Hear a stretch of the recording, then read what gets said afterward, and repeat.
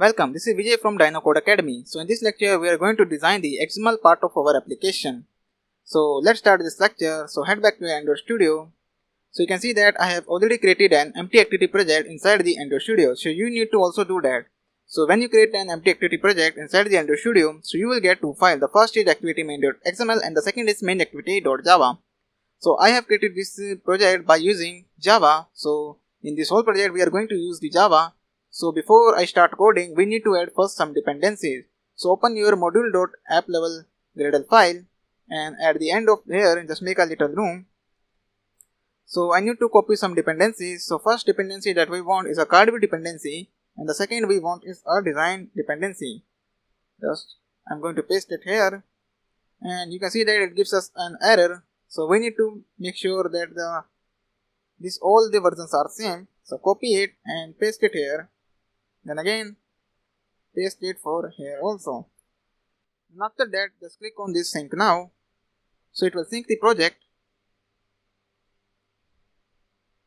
So you can see that now the Gradle sync is finished. Now we are good to go. So simply click this module file. Then first just click on this text view and just delete it and click on this text so that you can get the code view of the XML. Just I'm going to click on this project tab so that you can see everything more clearly. Just make it little minimize. So the first thing that we want, don't need to use this, so just delete it. And I also just make it a little spacing and just delete this one, and at the end just press enter key. Now in this application we are going to use a linear layout, so change the constraint layout to linear layout and the same copy it and paste it here also because the opening and closing time should be same. You can see that actually looks nice. Now it's time to set the orientation. So orientation I'm going to give it as vertical. Then click on this design button so that you can get into the design editor of the XML, and from there I'm going to select the first text view and drag it inside this linear layout. So you can see that now the text view is appearing at our linear layout, means inside the linear layout. Then again I'm going to select another text view and placing it inside the linear layout. Now you can see that all of these text views are appearing at the top of the screen. So we need to make it at the center and also apply some styles. So before doing that, I'm also going to do what? Just expand this rest directory and this values directory and opening the style.xml file, and from there I'm just removing this dark action bar to no action bar. Just close this style.xml file and just click on this text tab. Again click on this project tab, and here what I'm going to do, I'm going to first give the ID to this text to as txt correct answer. Then for the second text to ID, I'm going to give it as txt right answer. With the corresponding name, I am also going to give in the text corresponding name to correct answer and make it a little space. Then again here it should be of right answer and making a space. I also want to give the gravity of the linear layout to center. Now both of the text are appearing at the center. Now it's time to apply the styles. So first just make a little room here. So first property that I want is actually a text color. So I'm going to give the text color to pure white, and you can see that looks like nothing is displaying. So we also want to give the background color. So background color I'm going to give it as black. You can give whatever color you want, but for the simplicity, for the demo, I'm just using this black and white combination because it looks little bit nice. Now the next property I'm going to give it as text size, that is of 35 sp. Then again the next property is actually text style, that should be of bold. Then the visibility, so the visibility I'm going to make it invisible at the end of the lecture. So also I want the text alignment property to center. Now it's look like, and also I want to give the padding. So the padding should be around 30 dp. After padding we need to give the margin. So it's a margin top is around 20 dp. Then similarly we need to apply the same code for the second text view as well. So I'm going to copy it and just add the end. Here I am going to paste it. Now the padding, I'm just reducing the padding to just around 10 dp. The rest of the code will be same. So correct answer, right answer. So just make it here space. So this is right answer. So here we will display our right answer. Now again I'm going to click on the design view. So for before that, just here search for the card view. Now the card view will be displayed here because we have added the dependency for the card view. Then inside of this card view, I'm going to place a one text view. And again click on this text view to modify the code. Now I prefer to modify the code through coding because it's make it faster. So you can see that now the card view is actually appearing, taking the whole space of the screen. That is because its width and height are actually set to the match parent. So I'm going to set its height to wrap content. And you can see that it's actually appearing. Now I'm also going to give the corner radius. So simply type here radius. So that will display a corner radius. So I'm going to give the corner radius to 10 dp. The next thing that I want is actually a margin. So I'm going to give the margin to 20 dp. So to make a little spacing between them, then simply copy the code, that is from padding to the color text view, copy it and just at the end paste it here. So and also change the ID to the txt question container. Now make it as its height to match parent and also its height to be match parent. The only thing that we want to change, just background color I want to be white, so just simply change it to F and the text color I want to be black. And I also want to give the background color to the linear layout, so just type here background and just use a hashtag, then FFF. Then from this square, just if you click on the square button, that is the square, so you can change it color from here. So I want this bluish color. I said okay, so I'm going to check with this color. The card view corner radius is not looking good, so I'm also going to give the card view background color. So just simply hashtag FFF. So I'm going to give it a little grayish color because the text view is appearing, taking the whole color space. That's why we need to give the same color to the card view. So instead of giving color to the card view, because card view is actually fully hidden by the text view, so cut it and paste it here. So you can see now the text view is actually looks like little darker gray, or we can say whatever, little light darker gray. After that, here we will display a random text for our application. So here type a random text. Now again click on the design view and again search for the card view inside the search bar and just select the card view and drag it inside the linear layout. Then inside of this card view, just drag a one plain text which is a edit text and click on this. Just minimize it and click on this text button to go into the text editor of the application. Then again you can see that the card view is taking the whole space, so we need to change its width to should be match parent, the height is going to be wrap content, and the edit text we are going to make it is into match parent and the height should be of match parent.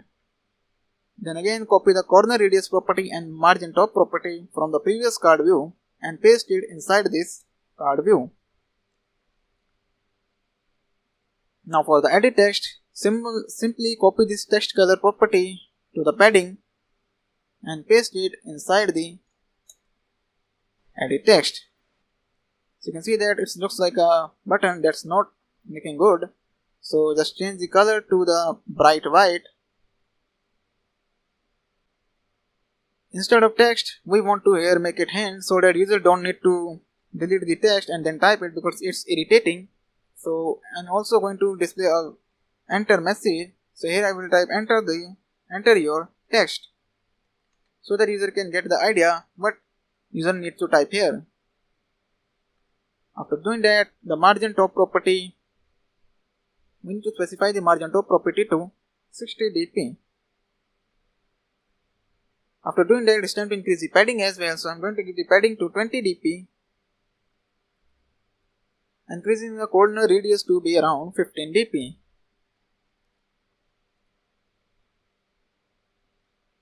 And similarly for this one as well, 15 dp. Now you can see that the one problem, the background color is not changing. So that's actually the newer version of Android Studio creates a problem. So I don't know what it's doing. So it's time when we build the application, then I will see if it's still getting the problem. So I will try to fetch the solution. So right now the entire canvas looks like purely white.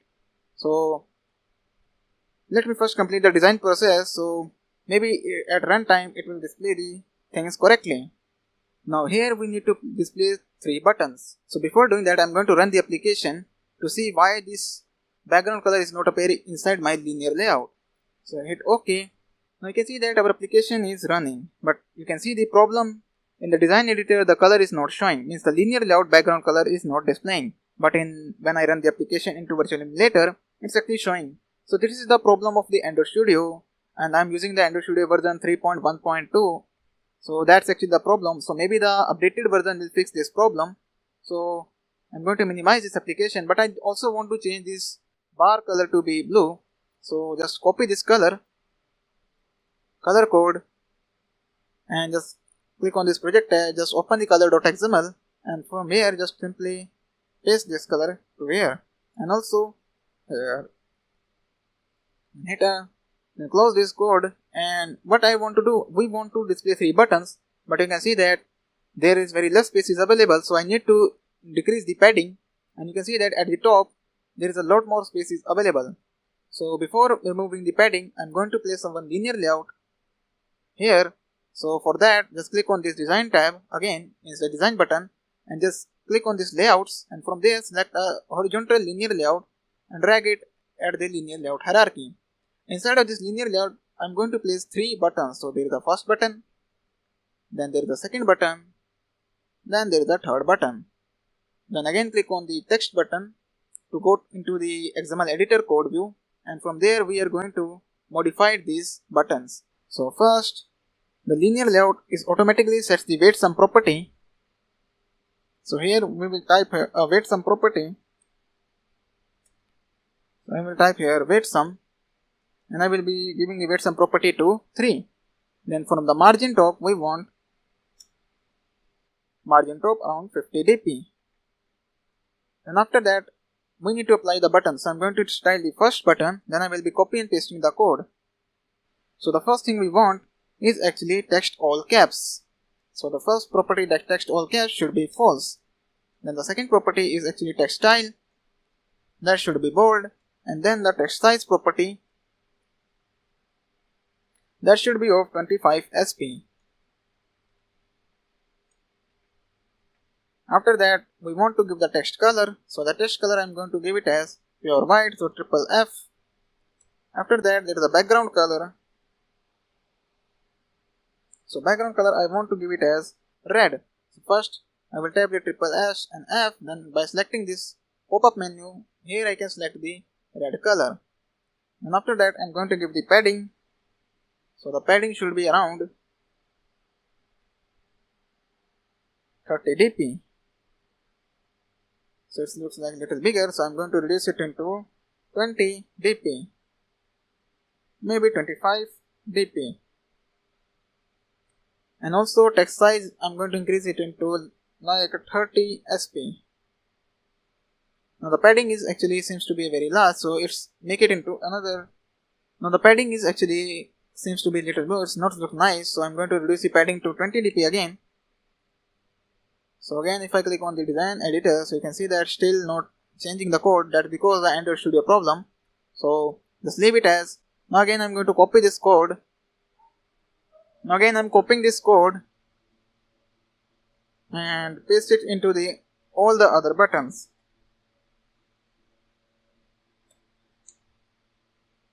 But the third one, I want to change its color to little bit different. So I make it a little darker. Not this one. I don't want to make the first one darker. I just want to make the second one darker. So this is the second one, just click on it and make it little darker. Then also change the corresponding text. So the first text is show, and this text is around check, and the text of this button is so now the coding is done. It's time to build the application to see whether this is working or not, because in the design editor you can see that it's still not showing the background color. So I'm going to build it into my virtual emulator again. So you can see that our application is running, but in the design editor you can see that it's still not showing the background color, but in the virtual emulator when I build the application it's showing the color. That is the linear layout color, which is blue. I also want to change this random text color, means the random text background color text view, to white, because the gray is not looks like good. So just click on this and make it into pure white, and again try to build the application. So you can see that it's look nice. Now all are same. I also want to reduce this padding because I want the padding from top to be more. So just reduce this padding to be, this is the edit text. So I want to decrease the padding around 40 dp, and I want to increase the padding of this text view. So this should be around 30 dp, and from the top that is a padding for this text view. So from margin top I am going to make it at 30 dp. Again I am trying to build the application. So the designing is actually a hit and trial process. You need to first code it and then experiment it with again and again by applying some small changes. So now you can see that the application looks fine. So that's the OK layout. If I want to make more additions to this layout, you can do it by yourself. Just for the demonstration purpose, I am going to stick with this layout. So now the designing is done. It's time to give the IDs to the all text view, that is the txt container. So it's time to give the ID to this edit text. So I'm going to give the ID to this et user input. Then similarly for giving the ID to this button, that is the first button, this is for bt show, that is bt show, and similarly this button ID I'm going to give it as bt check, and then click on this next button, give it ID as not bt check. This is our button bt check, so just cut it here.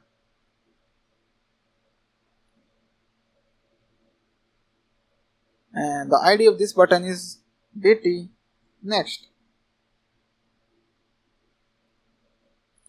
The padding seems to be very large, so I'm going to make it padding to be 15 dp, because that's not looks nice, because the button looks like little more square. And paste it again and just paste it again. So I have removed the action bar. So at the top I just have more padding, so just here I just make it around 50 dp. Now it's time to run the application again to see that everything is working fine. So designing of the XML takes a little time, but once it is done, the application looks nice. So you can see that this is the final designing of our application that we are going to use throughout this series. So that's all about this lecture. Welcome, this is Vijay from DynoCode Academy. So in this lecture, we are going to fetch the IDs of all the views inside the main activity file. So if you not watched the previous video, which is the designing of this application, that is a guess the word application, so please watch the previous video. So let's start this lecture. So head back to Android Studio. So you can see that in previous lecture, we have successfully created this layout. Now it's time to fetch all the IDs of these views, that is all buttons, edit text, and all these three text view inside our main activity.java file. So just click on this main activity.java file, and here at the top, first I'm going to declare some variables. So first I'm going to type text view. So this is the text view. Just simply hit enter key and then name your text view. So the first is correct answer. Then the second is txt right. And the third one is txt question container. Now it's up to you how you want to name your variable name. It's totally up to you, or you can say that the view variable's name. After that, I'm going to type here edit text, then hit the enter key and then et user input, then hit a semicolon. Then we have 3 buttons, so for that I'm going to type here a button, then bt check, then the semicolon, then comma, then another name of the button, that is bt show, then comma, then third is bt next, then hit a semicolon. Now it's time to initialize all these view inside our onCreate method. So just make a room inside the onCreate method and type here first txt question container equals to find view by id. Then here type r.id dot and then txt question correct answer, not question, then semicolon, then again txt right answer equals to find view by id r.id dot and then txt right answer, then semicolon. After that txt question container equals to find view by id, then again r.id dot and then our txt question container id. Now this is the id, or this actually we have specified in our main.xml file. So the id is a unique identifier that identifies the element that is present inside our XML layout. So that's why the id should be unique for every view. Now switch back to again main activity. Then now it's time to fetch all the other views. So first type it user input equals to find view by id, not finish. It's a find view by id, then again r.id dot and then the et user input id. So I name my variable name and the id name same so that it avoid confusions. Next time for button, so first bt check is equal to find view by id, then r.id dot, then here bt check, then again hit a semicolon, then for a bt there is the next button that equals to find view by id again and then r.id dot and then bt next, then hit a semicolon, then again bt which is a show and then equals to find view by id. I make a typo while typing the name of the function, then again find view by id, hit a tab key or maybe you can use it enter key, whatever you like, then again that's the next method, so bt next. Note, it is not a next, it is actually show, then hit a semicolon. Now we have successfully initialized all of our views. So in this lecture I am also going to type one method, that is mix words. So let's do it. So at the end of the onCreate I am going to press enter and then here I will declare a one method. So I will type private, then this method is of type string, so I press the string key and then I name my method as mix words. Then again I start the brackets of the method, then here this method will accept a one parameter, so I will type string and the name of our parameter, that is word. Then opening and closing braces of our method, which is the body of method. So you can see that it gives an error, so it will return a one string value. So now I'm going to write the more code inside of this method. So first I will use a list, so hit the enter key, then this list should be of string because the method is of string, and then I will type the name of the method name, that is words, equals to, then here I will use a class called arrays, that is java.utilpackage dot as list. Now this word is actually a parameter that we have specified to this method. So now let's type the more code, so dot split and then here simply type empty brackets and at the end semicolon. Now it's time to use the collections class. So this is the second one we want, collections dot shuffle, which will shuffles the alphabets of our array variables, and then a string is equal to name of the variable, so I will type it as mixed equals to, and I initialize it to empty semicolon. Then after that I am going to use a for each loop, then this is a string and hit the space key and then I, then colon, and then need to use the words which is our this variable name, then starting the body of our for each loop, then inside of this I'm going to type mixed, then plus equal to I and a semicolon.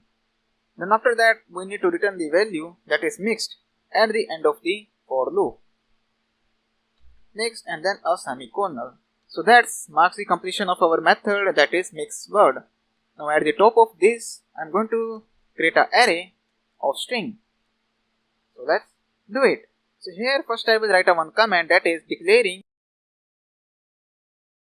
Then here I will type string, then the square brackets of array, then the name of our array that is days equals to, then new, and it should be of type string,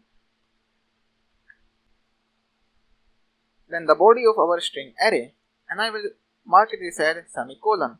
Then inside of this I am going to type first Sunday. You can use it whatever you like the name of our calendars, month, or maybe the color's name, or whatever you want to like. I'm just going to use a simple example that is the days of name, or you can use some country names to make this application to the next level. So I will show you the modifications of the application. You can see that I have typed all the days name of our week. So you simply press enter, and here I'm going to type some more variable names. So the first variable that we want is a string of a day, then a random variable name, random, then again a random at a semicolon. Then this random variable should be initialized at the inside the onCreate. So let's do it. So at the end of the onCreate, here I will write a comment initializing, and here I will type a random equals to new, and it should be equal to the random class, then semicolon.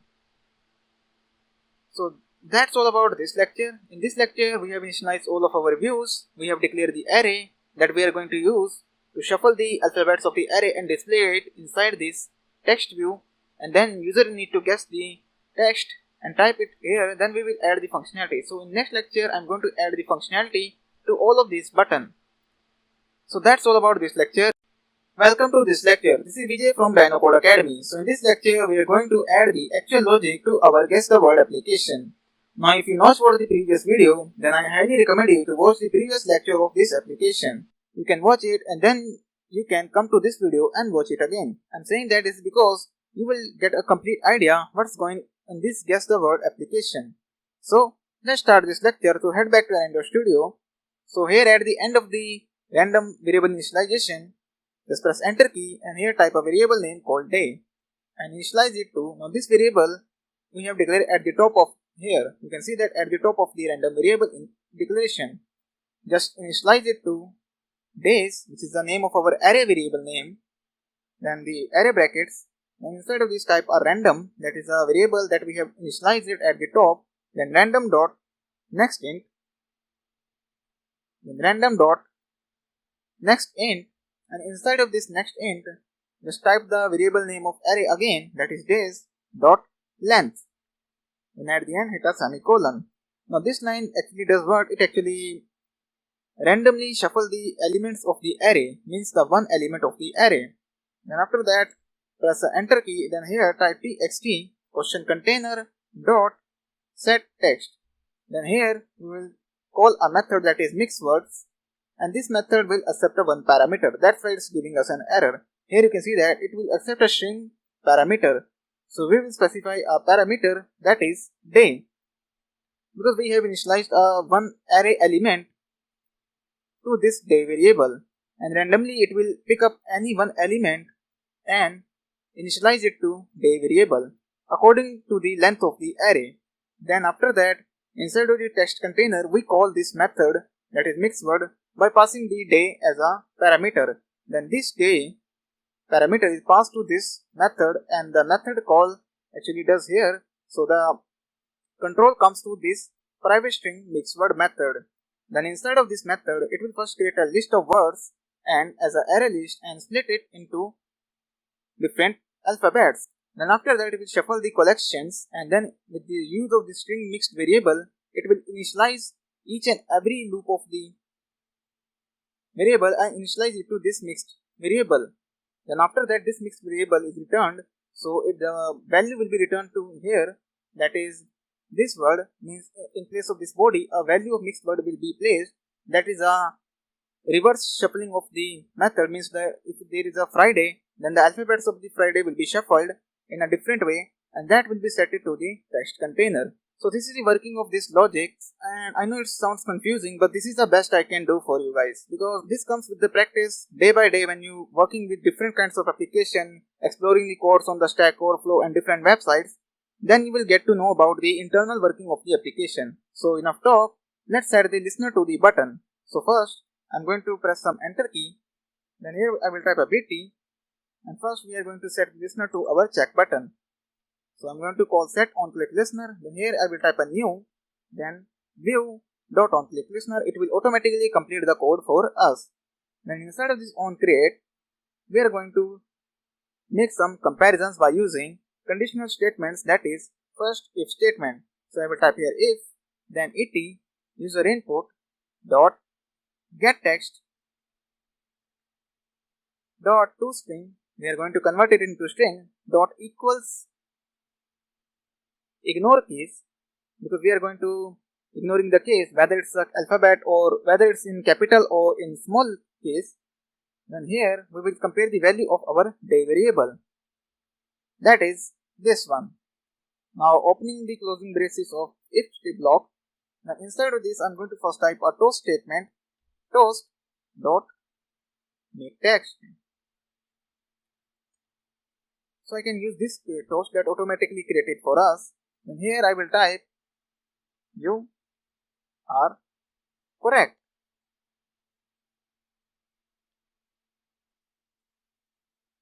Then we also need a else block. If the answer is not correct, then we will type here another toast, you are wrong. Instead of the message you can display you are wrong.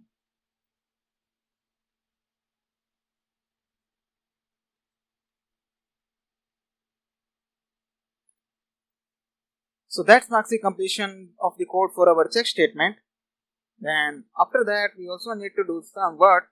We need to set the listener to our next button, so that when the user click on this next button, we want to change the random text.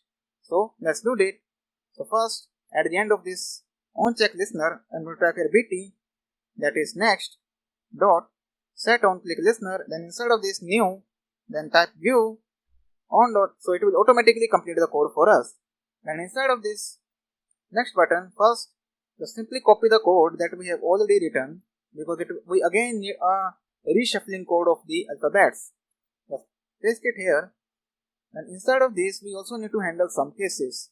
So I'm going to handle all the cases once I run the application to show you some bugs, that how we can handle the bug inside of our Android Studio. And after that we need to set the listener to our show button.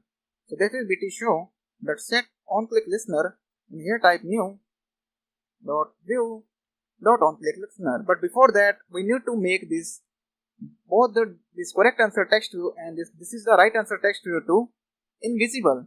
So I will type here visibility, so invisible. Then again for this text view, then type visibility to invisible. Then these two text views are now become invisible. Then switch back to main activity again. Then instead of this show button, we want to show the correct answer and also make this text view both visible. So first I will type here txt correct answer dot set visibility, set visibility, then type a view, that is a view class dot visible. And again we want a txt right answer dot set text. Now set text is set visibility, then view dot visible. After that we need to set the right answer to the text view. So just txt right answer dot set text. press a tab key, then here pass a parameter that is day that contains a value in a form of string. So that marks the completion of our code. Now it's time to run the application to see the code in action.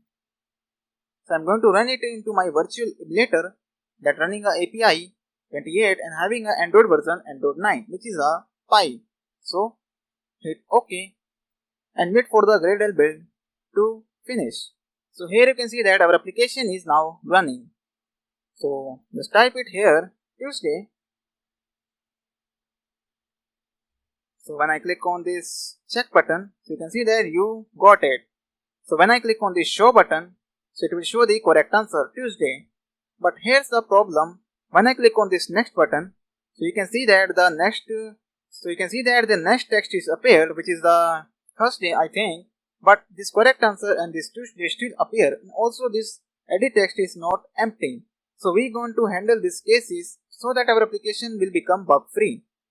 So we can handle these cases inside the next button. So at the end of the next button, just press some enter key and just type it here. So first here type it is input.setText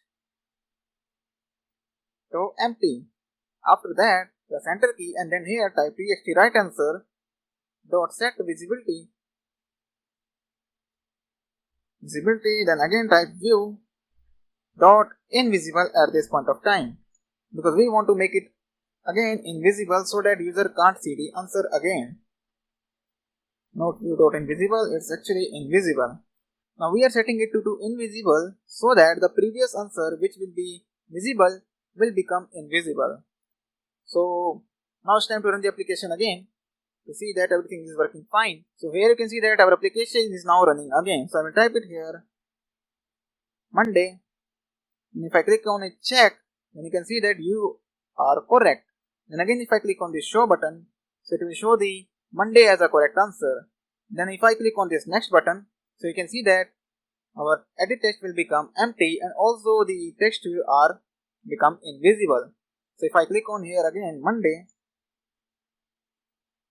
and again check it, you are correct, and if I click on this next and I get another value, so if I click on this show, so you can see that the Friday is appearing, and again if I click on this check, you are correct, and if I click on this next button, so you can see that both the text will become invisible and also our edit text will become empty. So our application is running fine. So that's all about this lecture. In next lecture, I'm going to add the custom dialog so that when the user click on this check button, when the user answer is correct, a dialog box will appear that greet the user that you are correct. So this will make a little more interactive, means our application looks more interactive and looks more polished. So I'm going to do that in the next lecture. Welcome to this lecture. This is Vijay from Dino Code Academy. So in this lecture, we are going to add the custom correct dialog to our Guess the Word application. So if you not watched the previous videos, then I highly recommend you to watch some previous lectures. So let's start this lecture. So switch back to your Android Studio. Then for creating a custom dialog, we need to create a new XML resource file. So instead of this rest directory, just select a layout folder and right click on this layout folder and go to new. Then select the layout resource file. Then name whatever you want. So I'm going to name it as correct underscore dialog. Then simply for the root layout, means a root element, I'm going to use a linear layout. Then hit OK. Then you can see that we got a new XML resource file. So click on this text view to get the text editor of the XML. Then simply click on this project tab so that you can see everything, and then make a little indentation of the code. So you can see that the orientation is already vertical. So what I'm again going to do, click on this design view. Then from text view, I just place one text view inside of this linear layout. Then again go to the text of the XML, and from there we are going to set the code. So the first code that I want is actually layout width. So I'm going to specify the layout width of the root element is around. Now instead of match parent, here I'm going to specify the layout width and height to 300 dp. So it should be of 300 dp. Then the height is also, I'm going to specify 300 dp. After that, I'm going to specify the gravity that's the layout gravity to center. So you can see that now our layout is actually at the center. Now this text view is also we need to specify the center. So before that I'm going to specify the background color. So the background color I'm going to specify hashtag FF, the simple way to specify the color. You can also use a color.xml file, but for quick color changing I just use this approach.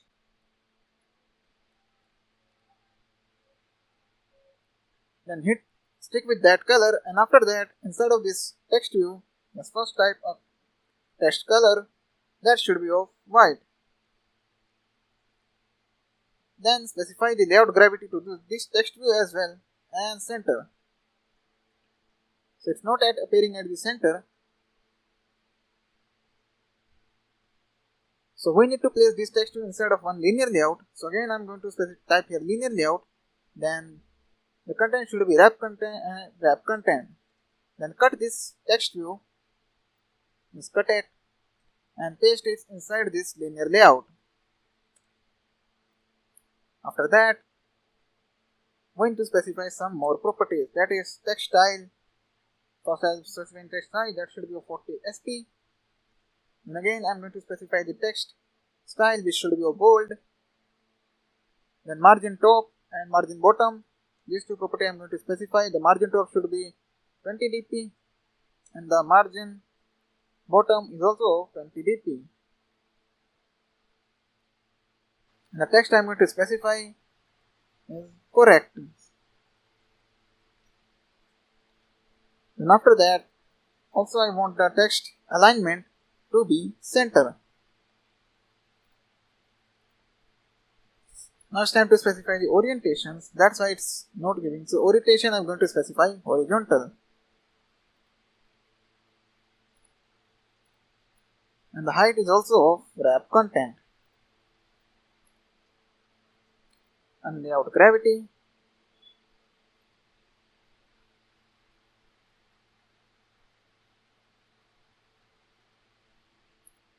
So you can see that this is our text view. Now it's time to specify the height and width of this text view to match parent, so that it will match the exact dimension of its linear layout, means the parent layout.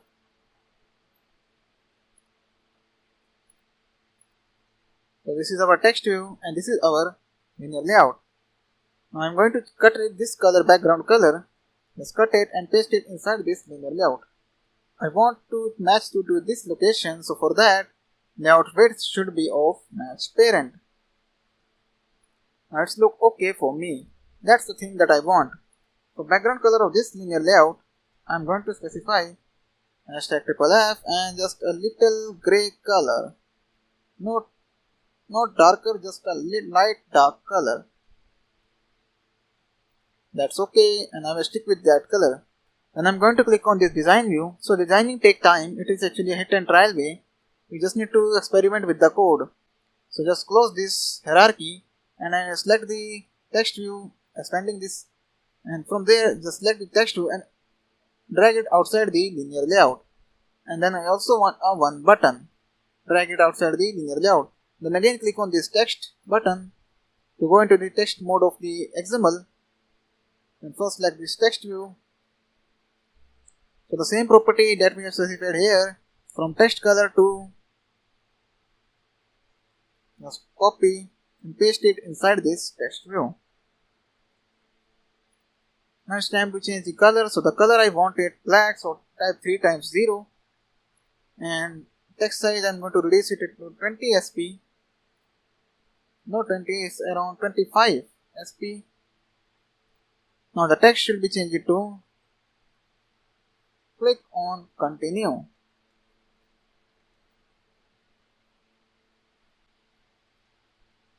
Then for the button, also I'm going to specify the same code for button. Just only difference is make it into 35 SP. And then gravity center, click continue. Then from bottom, the margin is going to be reduced, removing the bottom margin.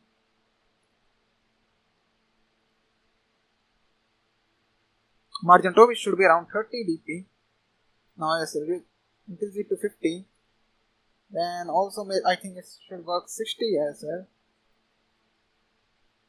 60 dp is enough. Then for this one also margin top is around 30 dp, 40 dp.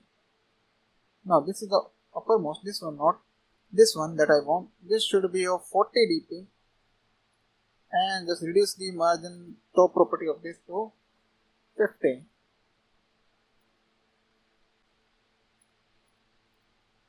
So that's the thing.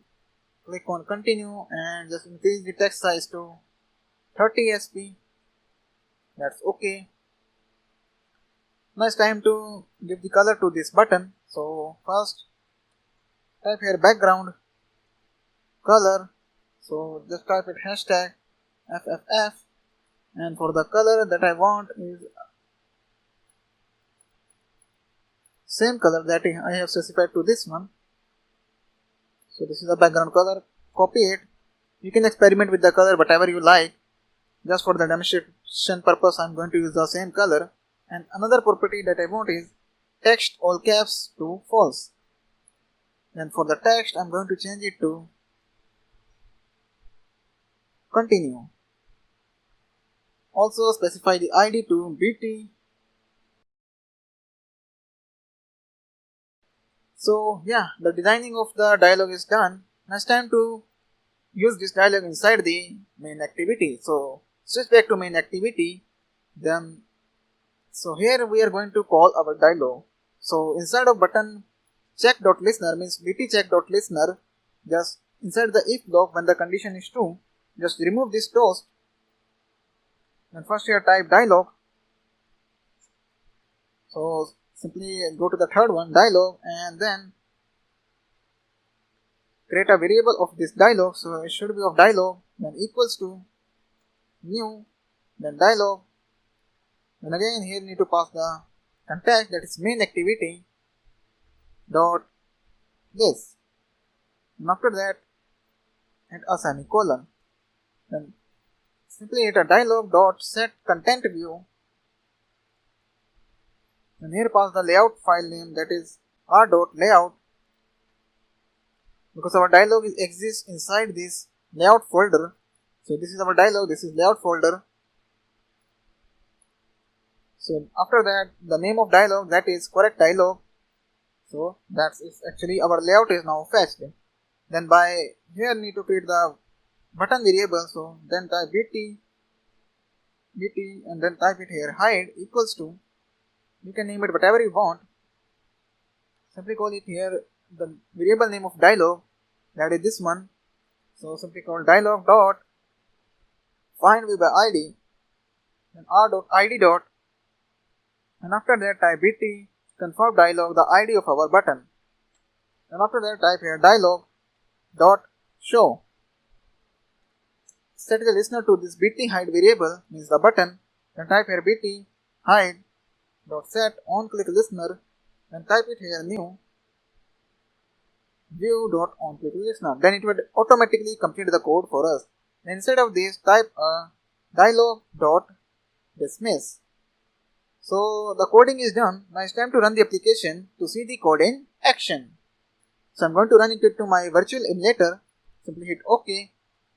So here you can see that our application is now up and running. So when I click on this next, so I got a Monday.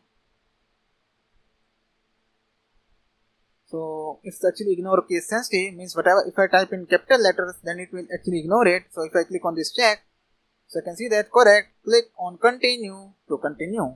You can name it message as. So if I click on this continue, you can see that now there is a problem when I click on this continue. So I want that this edit text should become empty, and also a next functionality will be performed, means the text should be changed. So to do that, at the end of this dialog, we are going to copy the same code, that is we have written at the top, we set the listener to this check button. So inside of the next button, the code we have typed, that is this one, we want this code. So copy it and paste it at the end of the dialog, means after we set the listener to the button hide button, which is a button inside our dialog box. And also we want to make the edit text to empty. So to do that, we are just going to copy this code and paste it at the top here. Now it's time to run the application again to see that everything is working fine. So here you go, our application is now running again. So if I click on this next, so I got a Sunday, and if I click on this check button, so you can see that when I click on this continue, so the problem is still there guys. When I click on the check button, so these codes are executed immediately. So I don't want to do that. Instead, when I click on this hide button, means when the dialog is appear, so you are wrong, we need to type it. So let me first, so again I am going to type SNDAY Sunday. So I want to change the code. You can see that there is a split change. When a dialog is appearing, the content is already changed. So I want to change the content when I click on this continue button. So this is actually the hide button, means bt hide is the variable name. So to do that, just simply copy the code and before the dialog dismiss, paste it here. Now it's time to run the application again. Just simply hit OK. So here you go, our application is now running again. So simply click on this next. So here I'm going to type it here Monday, then back button, and then click on this check button. So you can see that now click to continue. So if I click on this continue, so you can see that when I click on the continue, the edit text will become empty and also the question is changed.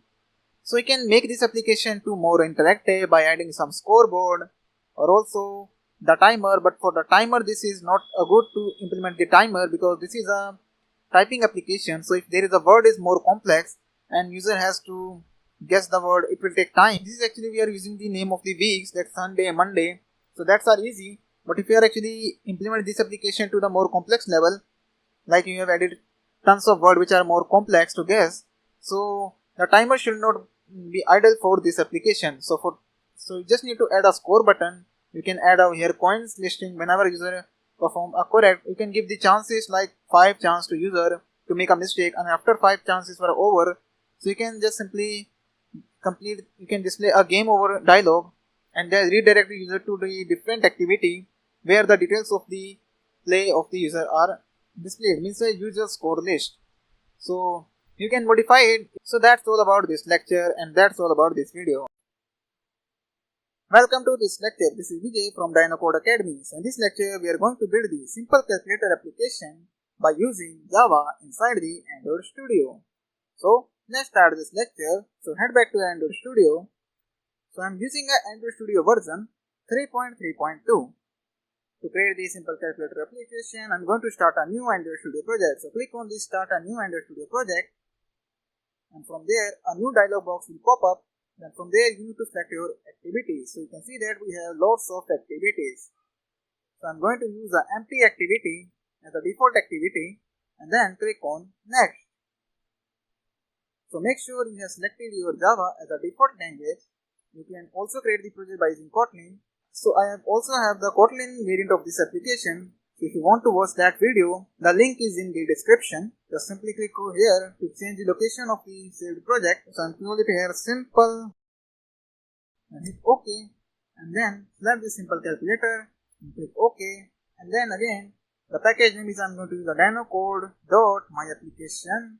So instead of my application, I'm going to specify the package name to this one and just make it smaller so that I can't get any error. And also application name, I'm going to specify simple calculator. Just paste it. And here you can see that the minimum API level I'm using a Nougat, that is 7.1.1. Now I'm using this API so that I can use all the latest features of the Android Studio 3.3.2 along with the latest API features. Now I don't want to use ActiveX, Artifacts and project will support instant apps. Just leave these two unchecked and hit on finish. And make sure you are connected with the internet, because if you are not connected with the internet, then you may face any error. So you can see that our build is finished and now our project is built up successfully. So just minimize it. So when you create empty activity project, you will get two files. The first is activity main.xml and the second is main activity.java file. First we need to create a layout for our application. So we want to edit text along with to display a result, we want a text view, then 4 buttons, because inside of this simple calculator application, I'm going to only perform 4 operations, that is multiply, divide, addition and subtraction. So to do that, first I'm using a constraint layout so that this text view should be here, and we also want to edit text and 4 buttons. So to get all these, I'm going to use a design view. So just click on this design button. So this is the activity, that is a graphical component in which user interact. You can see that its layout is actually set to constraint layout. So when I click outside and when I click on here, you can see that a little pop-up appear that's saying it is a constraint layout. And if I click on this, then you can see the app compact text view, because we are using a app compact supported library that will support the all previous versions of the Android as well. So just start with the edit text. So click on this text, and we want this plain text. Just select it and drag it at the mid of the screen. Then you need to set the constraints. So for just do that, just simply click on here and then here and then here. Just make it at the below. You also want another edit text. Just select it and drag it inside the activity screen. And again select the constraint. So first select this constraint to this edit text and then at the end, and this will be set to this text view. Add 4 buttons. So just click on these buttons and then from there select the button and place it at the mid of the screen. And select the constraints and just set the constraints. So just make it little bigger. So just click on this plus icon. It's here so that it will become easy for me to edit it. And again select the button, which is the second button, place it here, then the third button, and then the fourth button. Then select it and make it set the constraints to all of the buttons. So I'm going to quickly do that, then I will continue the video. So you can see that I have now placed all the UI elements that are required for our simple calculator application. So it's time to modify the design because that's not nice. To make it more interactive, we need to modify the content of these buttons and also this text view and all of these to edit text. So simply click on this text view, means the text button, and it will take you to the XML editor, means the code editor of the XML. So from there we are going to modify the content of these layout elements that are layout along with this edit text and this text view and button. So to do that, just simply select the text view and then first type it here first property, that is text color. So we want a text color to be white. So for that I'm using a /FF. So it will give you a nice white. Now you can also use a colors.xml file. I have showed you that how you can use a colors.xml file to change the color and call that color to multiple times, but for the simplicity or for the quick development of this tutorial, I'm going to give the direct color, but you just go with the color.xml file. You hit again and here you can see it display nothing. Then here you can write a message result that actually gives the result of the operation, and also change the background color of the constraint layout to some like darker blue. So for that just select first 3 times 0 and then again click out here. So I want a blue color, dark blue color, so that's the color I want. Then it's time to increase the text size. So type it here, text size, and give it as 40 SP, and also make the text style to bold. So this is the text style, set it to bold. Now we have actually in the text view, also set the alignment of this text view to center, and after that copy the same code and paste it inside this edit text. You can see that it's having 2 edit text property, means the text properties. So remove the first one. So we don't want a text property, instead we want a hand property. And also the background color of this edit text is going to be pure white. Text color hint /FFF. Allow the user to enter your first number. You can see that it's now appearing. So we also want to specify the padding. So I'm going to specify the padding from both sides around 10 dp. Now it's actually inside of the content, because content is actually touching the border of the layout. You can see that now we have a padding. If I remove the padding, then you will see the difference. You can see now if I again specify the padding, then you can see it looks like little good. Then for the same properties we are going to specify for the next edit text. So just copy it from there and paste it inside this edit text as well. So the text size is actually very large. So instead of 40 sp, I'm just going to stick with 30 sp. Not for text view, just for the edit text. Here is the edit text and change the property to 30 sp. And similarly for this one, 30 sp. Then for the enter your second number, I will change the message to enter your second number.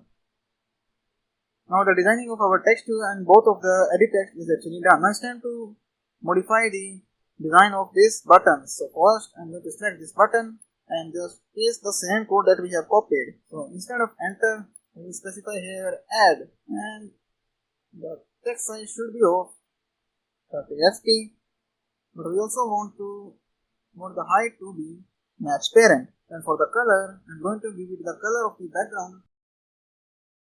That's the color we want, and also the text color property. So the color hint is not for the buttons. The text color of a button, I'm going to give it as pure white. So you can see that the color of the button is not changing. That's because the Android Studio is actually having a preview error of this Android 3.3.2. So it will be fixed when the new update will be came out. So again, copy the same code from there and paste it for the second button. Then you can see just here having an error. Displaying an add, so first change the bit to match parent and then change the text to subtract. And for the same code we are going to specify for our third button as well. Instead of subtract, we want to multiply, and the width should be of match parent. And this is the last button. This is for divide. So just change the property, paste it the code, and then you can see that the preview of the Android Studio, that's actually the problem exists inside the Android Studio. Let's make it at the top so that it will not go to the bottom of the screen. Just change it to divide, and again change the width to match parent. Now it's time to give the ID, so I will give it as bt divide, and for this one bt multiply, and for this one you can see that actually goes to the top. That because the ID of the content is actually changed.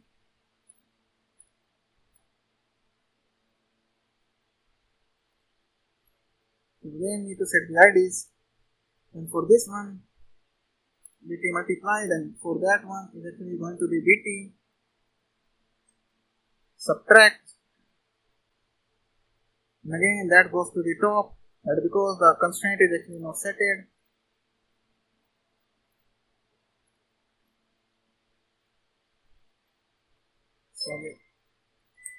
So again it will came to the center. Then for this one we also want to change the ID to bt add, and again subtract goes to the top. That because the constraint layout uses the ID, and just make it add again to the bottom of the screen. Then for text view, type here simple as txt result.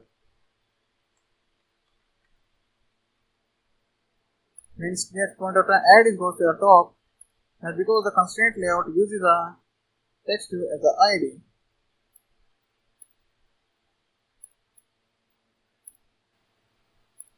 Here you can see that it gives us an error. So constraint ID text view is actually delete that.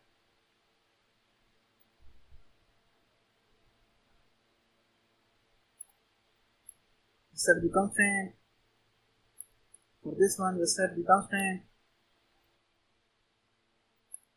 So constraint layout little take time to just,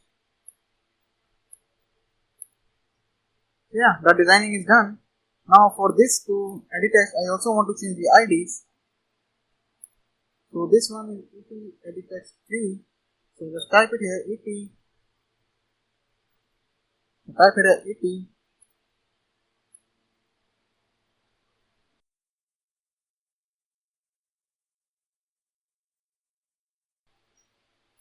Let's make it capital so that it is actually in a camel case. Text is record. Now both of them actually appear at the top. So we want the first change the ID constraint, move the constraint. This should be at the top. This should be below it of this one. Set the constraint. Make it down to the screen. Just remove the constraint and select it and paste it. So constraint layout, guys, will take little time.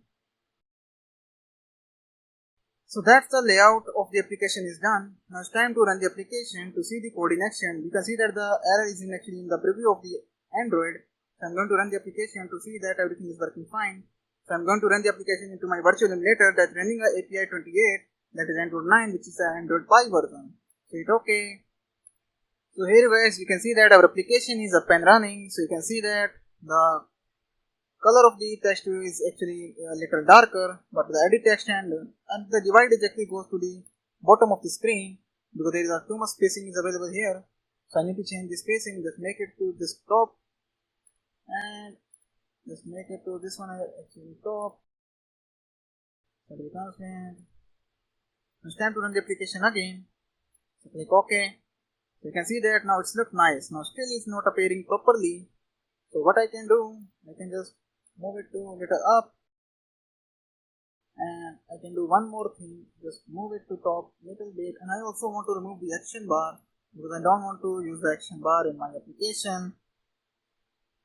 So I will simply type here no action bar, and again I run the application. So that's look nice. Now it's actually looking good. So I also want to change the color of the status bar. So to do that, just go to the background color property and copy it from this hexa code and go to the colors.xml file, then change the color of both these to darker one that I have specified as the background color of the activity. Paste it and that looks okay. So it's time to run the application again. So here you can see that application is look nice. Now the status bar color is actually matching the entire application color. So here you can see ID text. So when I type it, you can see that the hint is actually gone. So that's actually what I want. Now it's time to fetch all these IDs inside the main activity. Click on this main activity. So here at the top, first declare some variables that will fetch all the buttons, edit text and text view. So first writing a comment, it's time to declare the variable for the button. So simply type button, then again the name of the variable that you want. So I'm going to name my variable name as bt add. Then for subtraction, I'm going to name the variable as bt sub, which is short for subtraction. Then for multiply, simply type bt multiply, multiply, multiply. Then for divide, I'm going to use bt divide, then semicolon. Now it's time to declare the variable for the edit text. Simply type edit text, hit a tab key, then et first num, comma et second num, and semicolon. Then for the result, which is our text view, type note. Then for result, which is a text view, simply type text view equal to txt result, then semicolon. Now it's time to initialize all of these views inside the onCreate method. We first type bt, that is bt add equals to find with the id, then r dot id dot, and then the id name, that is bt add. And again for the bt subtract, so I'll use the bt sub equals to find with the id equals to find with the id, r dot id dot, and then type bt subtract. And for the bt multiply, then bt tab key equals to find with the id, then r dot id dot, and then type here bt multiply. And again bt divide is equals to find with the id, the tab key, then r dot id dot, and then again type 80 divide. Similarly, we need to initialize all of our edit text. So 80 first num equals to find with the id, then r dot id dot, then 80 first num with a semicolon, then for 80 second num, press enter key, then find with the id, that is r dot id dot, and again 80 second num. Similarly for the text view, similarly for the txt result is equal to find with the id r dot id dot also, that is txt result. So it's like all of our views, and also we have declared here all of our views variable. It's time to set the listener to the buttons. For that, I'm going to use implementing of an interface that implements view dot on-click listener interface. So you can see that it's now giving us an error. So simply click on this bulb icon, click on this implement methods, and here you need to override this on-click method. So hit OK. Instead of this, just use a switch statement. So simply press switch. And by using this view variable, that is a v type view variable, simply use view dot get id, and after that open the brackets, means the body of the switch. Here we need to specify the case. So if it is a case of r dot id dot dt add, then we want to perform the add operation. So I'm going to write the logic, but before first I will prepare all the cases. So I type case. In the second case, if it is a case of r dot id dot dt subtract, then I want to perform the case of subtraction. If it is a case of r dot id dot dt multiply, and again after perform break. Similarly for case which is r dot id dot, it is a divide, and then we want to perform break. Now here we are going to write the logic. So first thing first, we need to set the listener to all of these buttons. So that thing is actually done inside the onThread. So write a command, set the listener to the button. Remove this R, set extra. And first, the listener is actually add.set. And here we need to pass the content, that is this, the tab key. And again, I'm going to duplicate this code to 4 times. And here change it to subtract. And here change it to multiply. Then hit the tab key. And then here change it to divide and hit the tab key. Now the listener is there. I have to perform the arithmetic operation, that is add, subtraction, multiplication and division. So to do that, just at the top of the on plate, we need to create 2 variables of integer type. So first I will type here int. So at the top of, so here first we need to create a variable of type int. So press a tab key. Then first type it here num1, which is short for number 1, is equal to, then the first num, which is 80 first num. So simply type here 80 first num dot get text. So 80 first num dot get text. We type here get text, that is this one, dot toString, and hit a semicolon at the end. So you can see that it gives us an error because it's an integer type and we are actually making the right side here to string. But we need to wrap this, we need to use a wrapper class to pass this string value and convert it into integer. So to do that, we are going to cut this code, and I will type it here integer dot parsing, and inside of this parsing I'm going to paste the code. So now you can see that error is gone. Remove the semicolon, place it outside the semicolon. So you can see that now this is the code. So what will do, it will actually fetch the text from this edit text, that is this one, then it will convert it into string because it is actually in the form of text. So in Android, means in Java, we need to first convert the text to string so that we can perform some operation. So we want to perform an arithmetic operation, so that's why we convert the whole code into integer by using the wrapper class and by using the function called parseInt.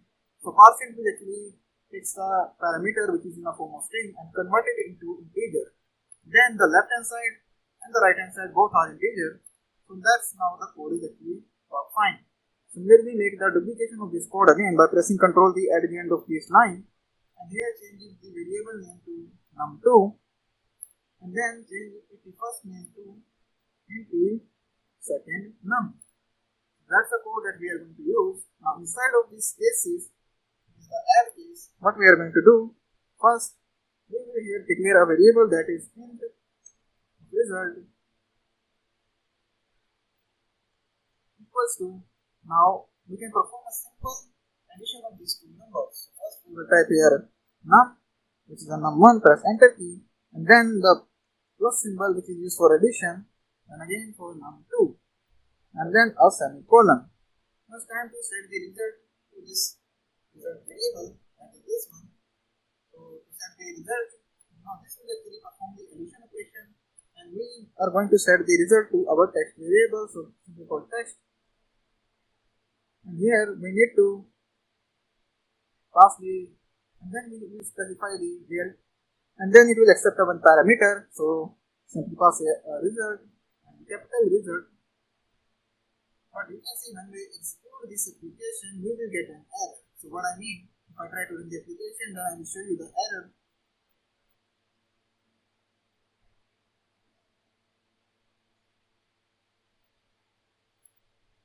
So you can see that our application is up and running. So when I click on here 4 and again clicking here 4, so you can see that the text color is actually white. So that's why we are not able to see anything. So go to the activity main.xml. So first click on this edit text. Here we need to specify the text color to black. And also for this edit text, we need to specify the text color to black. Now it's time to run the application again. So you can see that our application is up and running again. So if I click here 0, so that's now the text is appearing. If I press 4, and if I click on this add, so you can see that our application is crashed. That's because we are actually setting the data directly, that is the integer value. So we need to convert this integer value into string so that it can be set into the text view with the use of setText method, because setText method can't take the direct integer value. So for that, to do that, just simply cut this code, and here we need to use a string, the type dot value of, and then press here Ctrl D to paste the result variable code. And if I again try to run the application, so here you can see that our application is up and running again. So if I press here 4 and again 4, and if I click on this tag and click on this, so you can see that now the result is 8 is displaying. So that's the error that I want to show. So if you are actually setting the content directly to the text view by using setText method, so it's better to convert it into string. Means the integer data should be converted into string by calling this string.value of method. So this value of method accepts one parameter that should be of integer type, that is this one. So now I'm going to copy this code and paste it inside the subtract. Again paste it here and again paste it here. So the thing is actually now this we are actually in the same block, that is this one. So that's why we are getting error inside because the variable names are same. So what we can do, we can here do a word. It is result A, it is result S, then we will specify result M, and then we can also specify here result B. And again change it a variable name corresponding to their name. Pass the parameter result S, and here pass the result A. Then it's time to change these symbols, that is arithmetic symbols. So this one is minus, so this one is asterisk, which is so this one is asterisk, which is used for multiplication, and this one is for division. Now it's time to run the application again. So now here you can see that we are still getting error. So this is a break, we have specified 2 times break. That is our break, and let's remove these breaks. Now everything is work fine. Now it's time to run the application again. to see the code in action. So here you go, you can see that our application is now running. So type here 16 and here 4 and click on back. So if I click on here add, it will show the 20, and if I subtract it, then it will show the 12. If I click on, then it will show the 64, that is for the 24, 2, 3, 4, and if I click on divide, then you can see that the result is now our calculator application is working fine. Now our application runs fine. But what if all the edit text are empty? So if I make it empty, and again if I try to build and run the application again, let me show you first an error. Our application is up and running again. So if I click on this add button, so you can see that the application is crashed. Again if I try to run the application, click on this subtract button, then again application gets crashed, and if I again click on multiply, the application gets crashed, and again if I click on this divide, then application gets crashed. So why this thing is happening? This is because the edit text is empty and we need to add the code to handle the empty values of the edit text. So to do that, we need to make a if comparison. So here at the top of the on click means at the top of the declaration of the variables. So first I am here typing a if, and here I will type text utils dot is empty. Now this method will accept a parameter. So first I will type here et first name dot get text, then again dot to string. So what it will check for the empty value of the edit text. Then similarly, we need to handle the second case, means the second case which is for the second edit text, that is this one. So again I am going to type it here text utils dot is empty, and inside of this et second num dot get text dot to string. So if both of these values are empty after converting if both of these edit text value are empty, means after converting the get text into string, means a text into string, and if these still are empty, then we are going to show a toast message.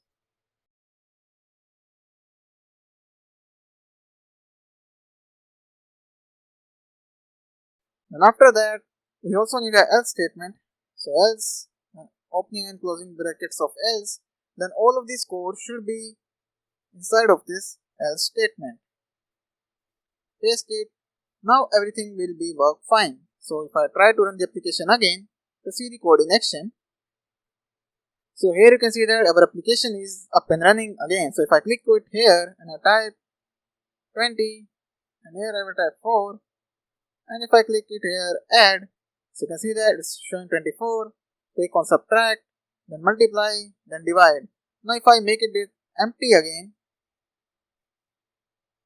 I click it, so you can see there please fill values,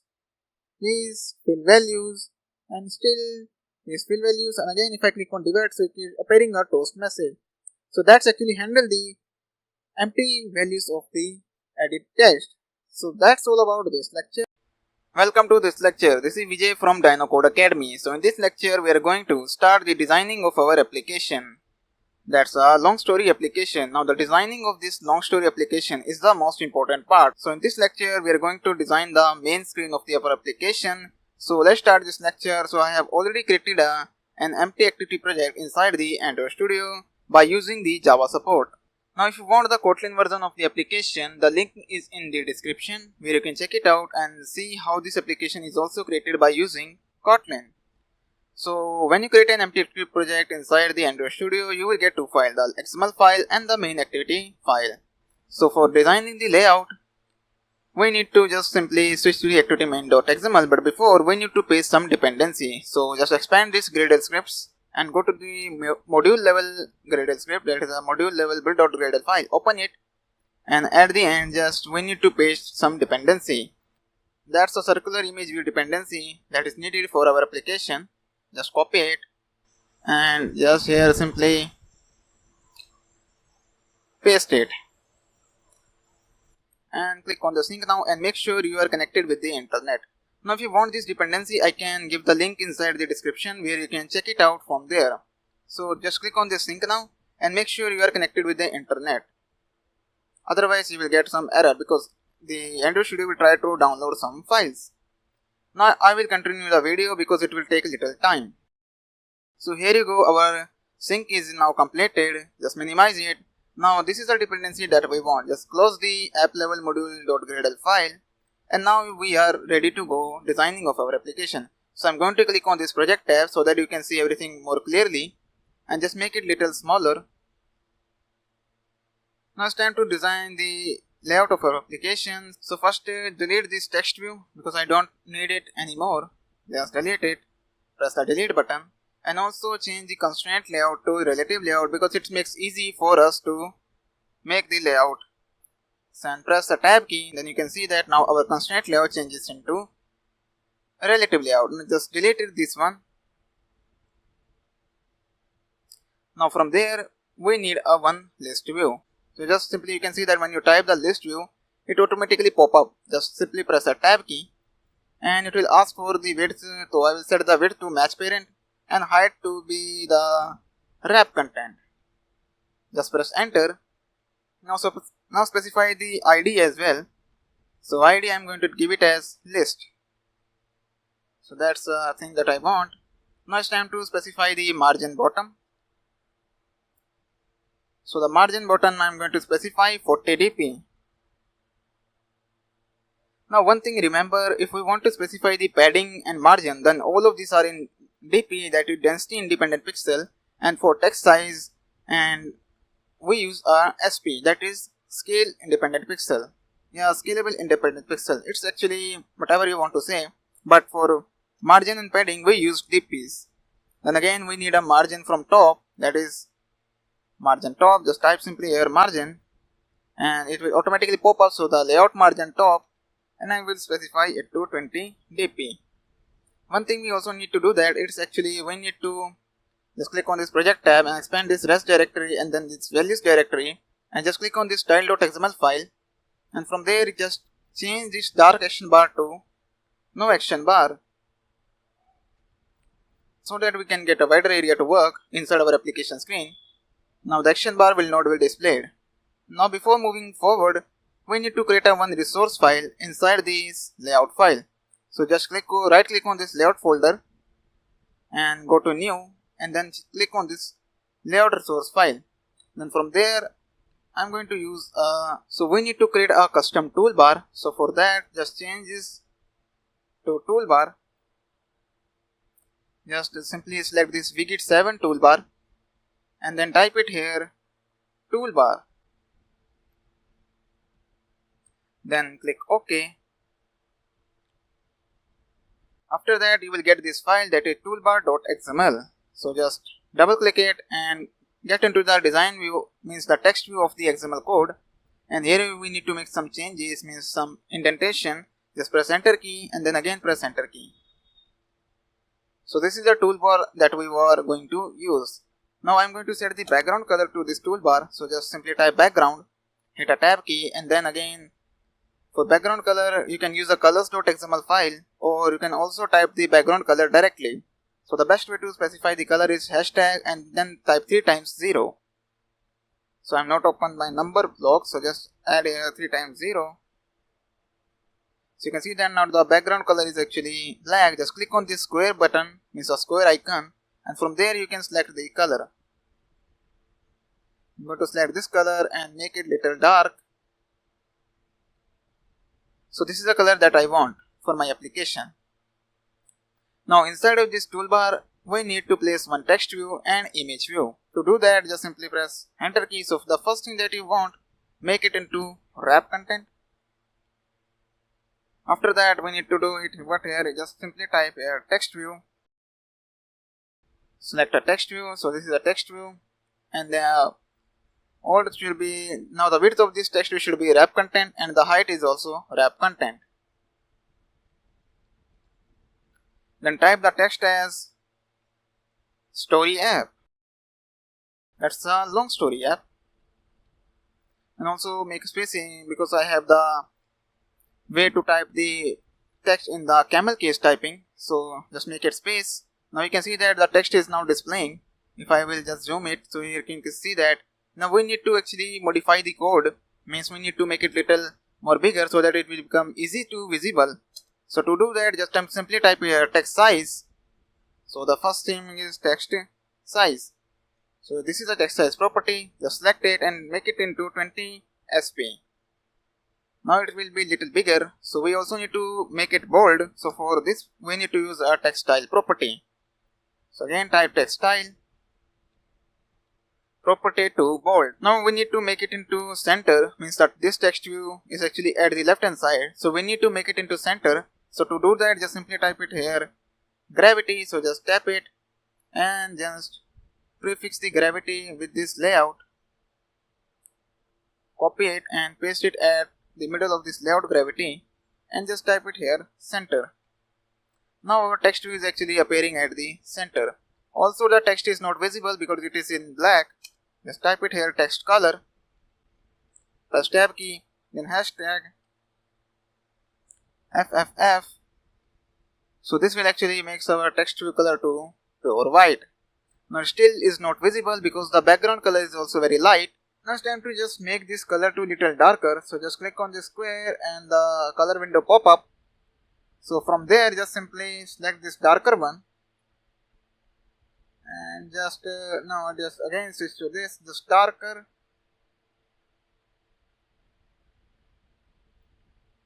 So that's the color I want. Now you can see the long text is appearing a little bit better.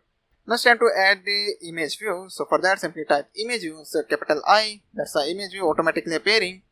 So the height and width I'm going to specify it to 25 dp. So type it 25 dp. And also the height should be 25 dp. Now you can see that this image view is actually appearing at the left hand side, but I want to be displayed into right hand side. So to do that, just we need to use a layout gravity property again. So I'm copying the property and paste it, and then from there I just simply change it into right and hit the tab key. Now you can see that it's actually appearing at the right, but now here you can see that the image view is actually appearing at the very extreme right corner, or it's actually there is some part is actually cutted. So we need to use a margin property. So that type it here margin from right, and the margin property that I want to specify is 20 dp. Now it's look nice. So we need to place one vector art. So for that, just go to app level directory, then expand this rest directory, then click on this, right click on this drawable directory and select it from here vector asset. Then click on this clip art button, and from there select the settings vector drawable.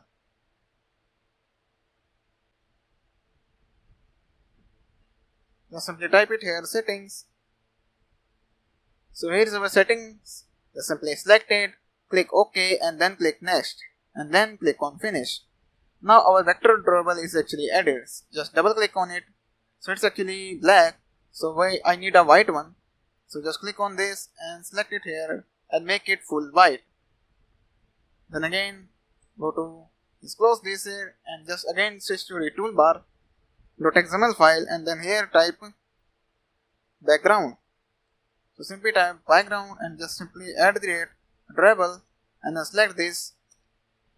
Now you can see that it's actually appearing here.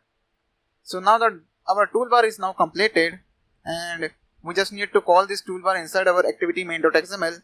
Means inside this we need to include this toolbar. So to do that, it's very simple. Just we need to use an include tag. So for that, just simply type it here include.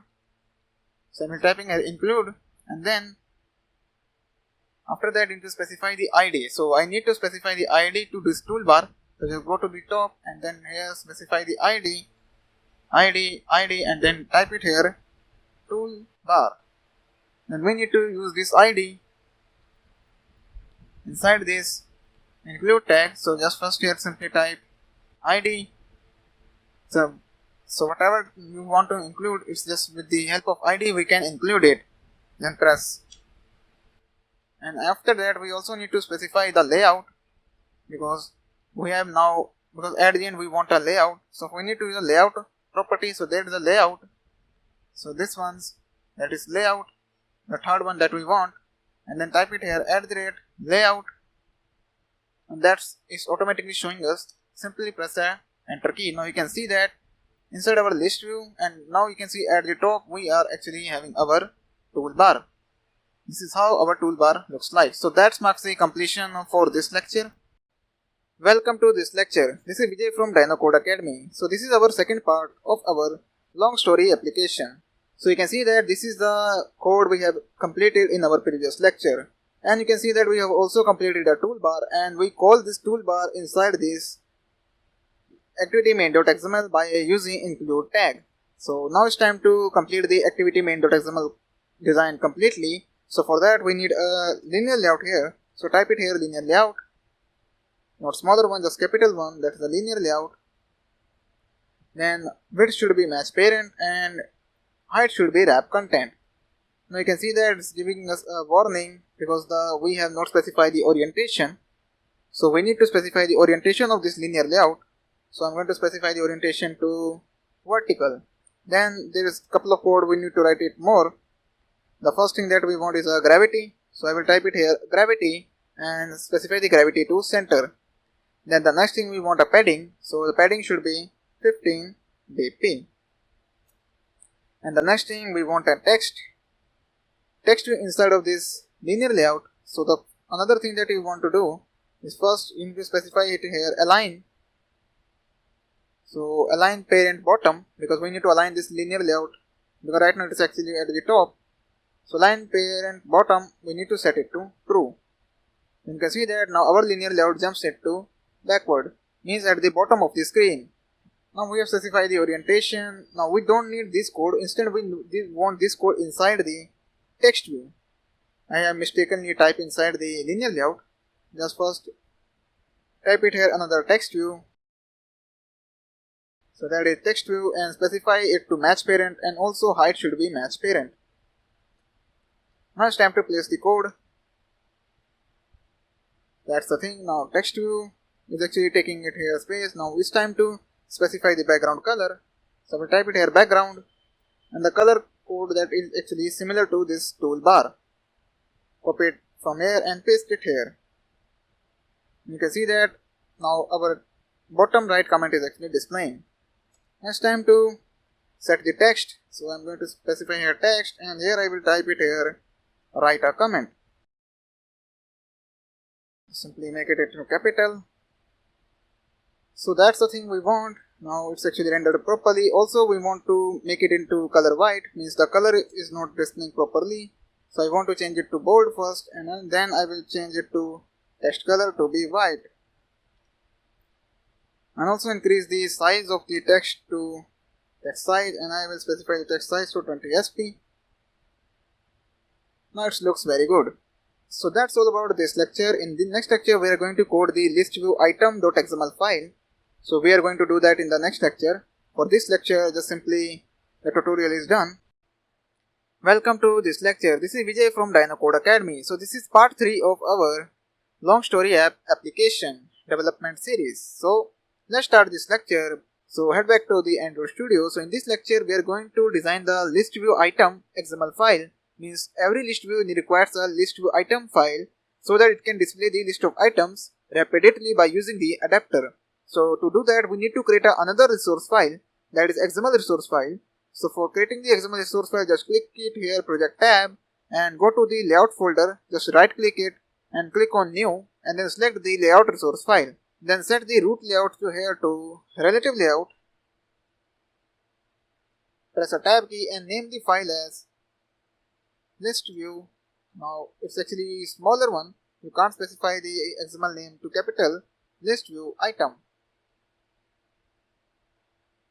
Then press OK by pressing enter key. So now we get a list view XML file, that is a list view item.xml file. Now for designing it, I'm going to switch to the text mode of the XML and click on this project tab so that I can get a wider area to work. Just press enter key to make some indentation. So yeah, we are ready to go. The first thing that I want to specify the background color to this linear layout to a pure black. So to give it black, you just need to press 3 times 0. You can use the color.xml file for the reusability of the colors, but I will be specifying the colors directly so that I can develop the application correctly, because I am going to developing a tutorial series. So it will take time, so I don't want to do that. You can do it because it's highly recommended. Then type it here, linear layout, and type the width to match parent and also specify the height to wrap content. Then we need to specify the orientation. So the orientation, actually at the here we need to specify the orientation. So orientation I'm going to give it as horizontal. Now here we need to use a circular view. So to do that, just simply type com.github. So here you can see that when I type it com. So due to the dependency we get bunch of options. You can see there diamond image view, circular image view, bubble image view. It has lots of image view types, but for this application I want a circular image view. You can experiment it whatever you want. Just press here tab key, means the ending of the tag, and it's giving us an error because every view property has two default properties, that is two main properties you can see that, or you can say that the default main property, that is width and height. So similar apply to this view as well. So first we need to specify the height. So that is the layout height required. So the layout height I am going to give it as wrap content, and then the width. So width will be match parent. Now the error is gone. Also it's time to specify the ID. So the ID I am going to give it as ID, press tab key, and then the banner. So that's the ID that I want to specify. Also we need to specify the, now instead of wrap content you can see that it's actually appearing and taking too much space. So just we need to make it into just fixing the layout by specifying some 50 dp, because you can see that it's taking too much space, and also width should be 50 dp. Now that's look little bit better because it's taking the whole space, which make it difficult to design. Now we need to make it as Android clickable equals to true, so that we can click on it, and then we need to specify the margin. That is margin from top, it should be 30 dp, and also we need to specify the margin from left and right as well. I'm going to type it 30 dp again, and I'm going to type the margin right as well. Now you can see that our circular image view is appearing, but we have made one mistake here. Actually we need to specify all of this code inside this linear layout. Now it's appearing at the edge of this screen. Now it's time to specify the two text view. So I'm going to switch to the design view, and I'm going to place two text view inside this linear layout. The first is this one, and the another text view I want it. So I specify two text views that should be aligned horizontally. So first I'm going to design these two text views, then the another one. So you can see that our now two text views are appearing. So the another thing that I want to do is just change the text color to white. Let's quickly do that so that I can see that what is actually going in the design.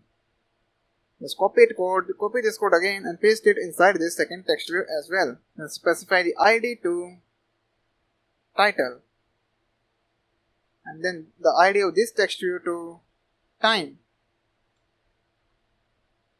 Then we also need to specify the width to the first text view, that is 140 dp,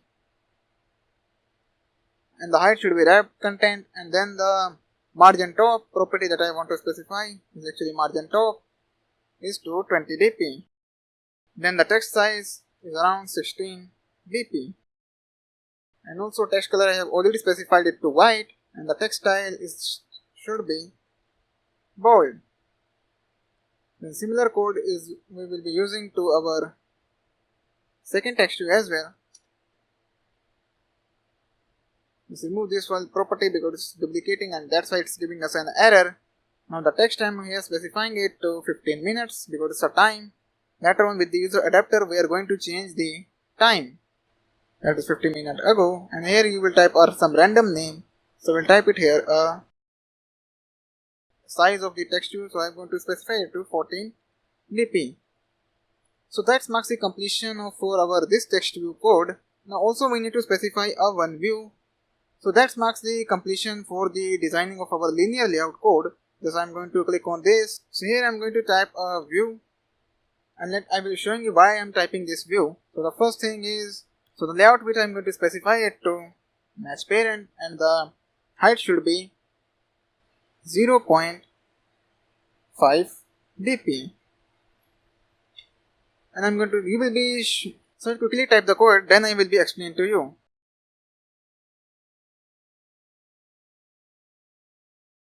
So now you can see that I have completely typed the code for this view tag. I have specified the height to 0.5 dp, then width to match parent, and also I have specified the property margin left and right, and also I have given the background color. Now at this point of time we need to specify the ID as well. So the ID I am going to specify its view. Now at the end we want to display some text view as well. So we want one text view plus one view as well. So I'm going to first copy this view again and paste it here, just changing the ID to view 2. And then I want another text view, so I'm just quickly copy the code from this text view and paste it between these two views. Actually I have copied the blank text view and paste it here. Now it's time to change the ID to comment, and also specify the height and width should be wrap content, that's okay. Then the margin top is around 10 dp, not we want 20 dp. Then margin left and right we need to specify, so there should be two properties we need to add, that is margin right. So the margin right I am going to specify to 20 dp. So the designing actually comes from the practice. I already told you it's very difficult and it's a very time consuming task. So 10 dp, then press tab key. Now it's time to specify the text. So we want to specify some long text, so I just type it here. So I'm going to type some text.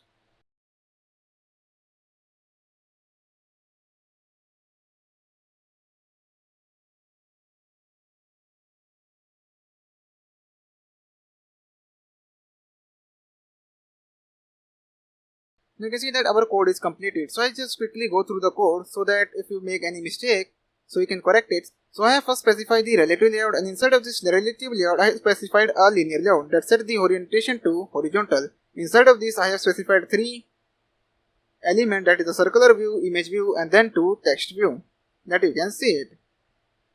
After that we have specified a one view, and along this view we have specified, actually I have forgotten here to margin top property. So we'll type here margin top property to 20 dp. Then after that I have specified a one text view, that is the main text that contains some comments, then the another view element. So now it's time to see it whether the placement of the text are properly aligned. So you can see it by using this blueprint and just expand it. So you can see that our both the text are underlined with each other.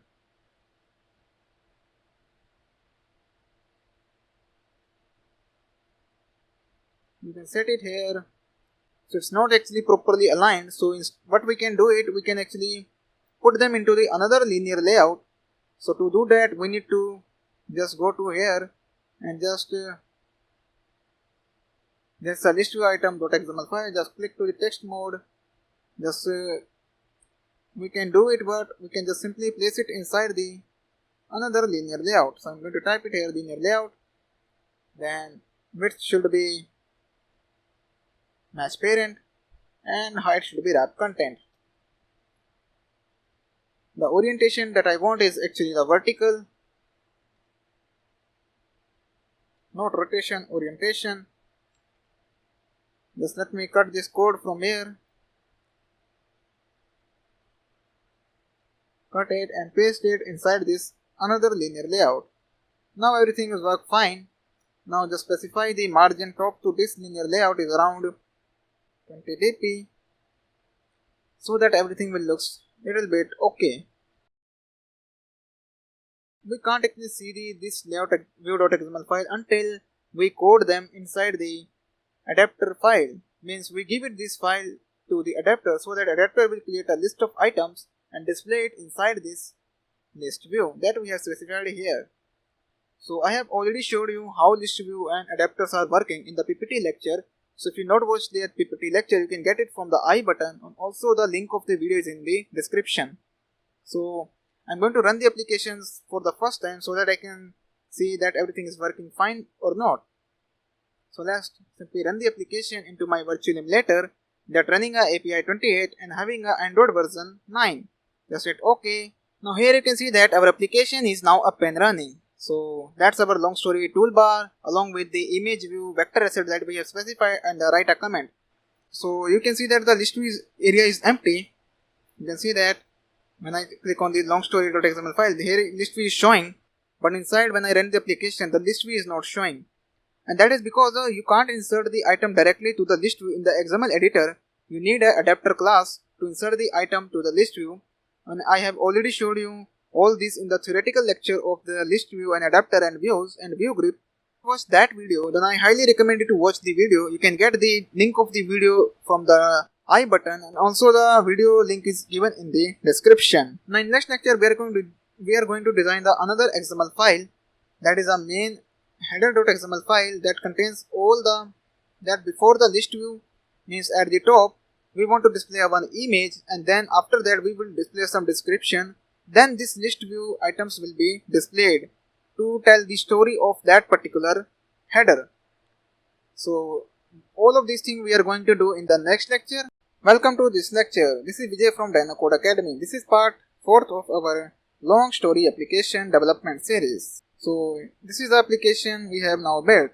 We have successfully created our long story.xml design, list view item.design, and also the toolbar. Now in this lecture we are going to design the header, which is the main part or the main thing for our application. To do that, just click on this project tab and go to this layout folder. Just right click it and go to new, and then select it from layout resource file, and then from the root layout just leave it the constraint layout, and the file name just specify it to header, and then press enter key. Then you can see that header.xml file is appeared. Now just minimize it because we want some images to be placed. So I have already taken some images from the Pixabay. Just copy these images. I have cropped these images. So if you want these images, then let me know in the comment. I will provide you these images so that you can do also the practical. Just paste it inside this drawable folder. Then paste it and make sure you are pasting it into drawable folder, not in drawable v4. That's the v24. Then hit OK, then OK. Then you can see that now the images are actually displaying here. And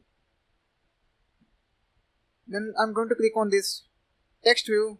So here is our constraint layout, and inside of this we want a one linear layout.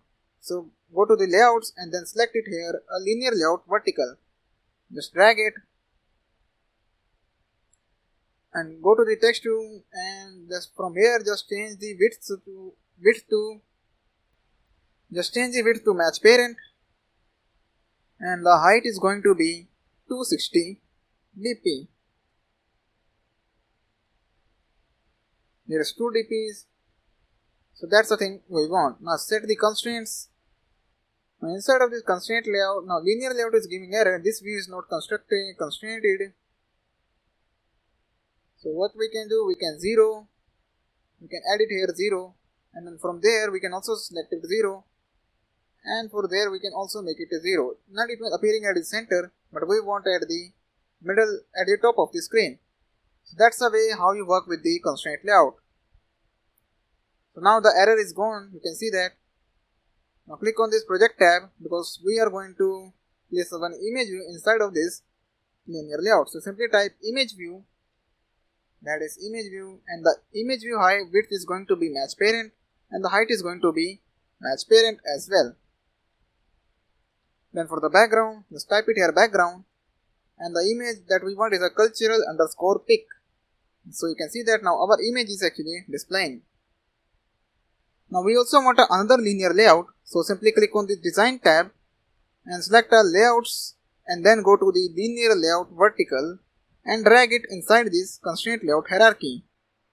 So you can see that our linear layout is actually appearing, but it actually takes the whole space. So first we need to specify the height and width of this linear layout to 20 dp. Later on I am going to change these dimensions but for the adjustment of the linear layout, I'm going to specify it to 20 dp. So here you can see that it's actually appearing at the top of the screen. So we need to constrain this linear layout. That's why it actually gives us an error.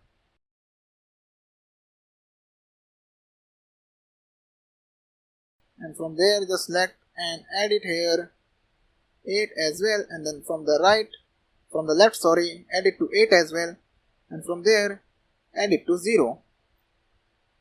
Just select it and add it here. So that's the thing that we want to adjust the linear layout. Then click on this text view so that now we can see that the underlined error is actually gone.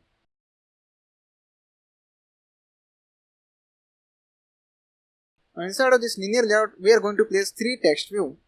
So simply select the text view, and then drag the one text view, and then the second text view, and then the third one. Simply click on this text button that will take you to the XML editor of the code.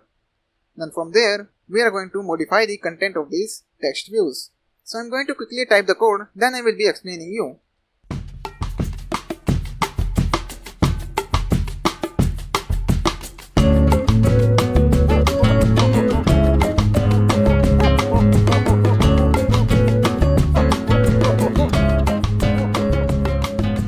So here you go, I have typed the code for the first text view. Now change the ID to as well, like txt first header. So here's the ID I have typed, just make it capital H so that it will be easily readable. So this is how I have now our code looks like. So I'm going to specify the instead of padding right and left, I'm going to specify the directly padding. That is padding, and I will be specifying here 15 dp. 15 dp is too much, so I'm going to make it into 10 dp. Now 10 dp is also very big, so just make it into 8 dp. So that's enough. I think it's okay with the 8 dp. Not 8 dp, I'm going to make it into 5 or maybe 4. So 4 seems to be okay. Now we also want to make the modification to this text, edit text.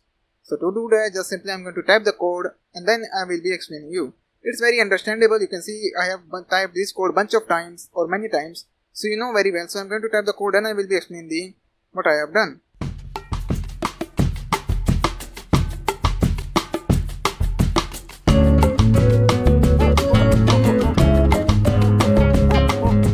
So now you can see that I have now typed the code for the second text, edit text as well. Now change the ID to this text to like txt second header. So also we want to make it into bold. So again I'm going to type text style because heading should be bold. And also change the text color to text color #FFF. So you can see that now it's not appearing, that because the color and the background is also white. Now similarly I'm going to type the code for this text and modify its style. So I'm going to type the code, then again I'm going to explain it.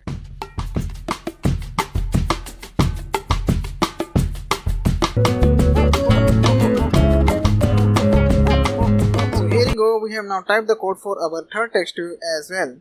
Now it's time to specify the background color to this constraint layout. So simply type your background and hashtag 3x0 so that everything is become clearly visible. Now for this edit tag, instead of match parent, I'm going to specify into wrap content. But this time is actually not become too visible, so we need to change its text size. So text size should be 16 sp. That's okay. But here you can see that there is too much padding at the top and the left. So this is because inside the linear layout I have specified the padding from the margin start and margin end. So just remove this padding. Remove this margin. Also we don't want to specify this margin property because that creates a problem. Instead just simply type margin top. It's actually very closest to, so the quick fix for that is I can use a margin top and then here I will type it here 5 dp. That's okay. And also from margin left I will be typing here 5 dp. Now that's okay. seems to be okay. Now the width of this linear layout, I'm going to be typing here match parent. And similarly for this one, just remove this margin left and right property, and also remove this because it creates a problem in our design. Now everything looks fine. Again, just increase the padding. It's making some indentation from top. I will specify 15 dp. So that's pretty much the code for our this linear layout. So in the next lecture we are going to continue this designing of this code, otherwise the tutorial will become very long, so I don't want to make this video too long. So that's all about this lecture. Thanks for watching. Welcome to this lecture. This is Vijay from DynoCode Academy. So this is our 5th part of the long story app development series. So switch back to Android Studio. So in previous part we have designed the header.xml file, and this is the result that we got in our previous video. So in this lecture we are going to continue the designing of this header.xml file. So for that we need another linear layout. So simply click on this design tab and just close these two linear layout. Now we need to drag a one linear layout vertical inside this constraint layout. So to do that, just simply select the layouts, then linear layout vertical, and drag it inside this constraint layout. Now it's time we need to set the constraint, so I'm going to quickly do that because I have already showed you many times. So then I will be continuing the video.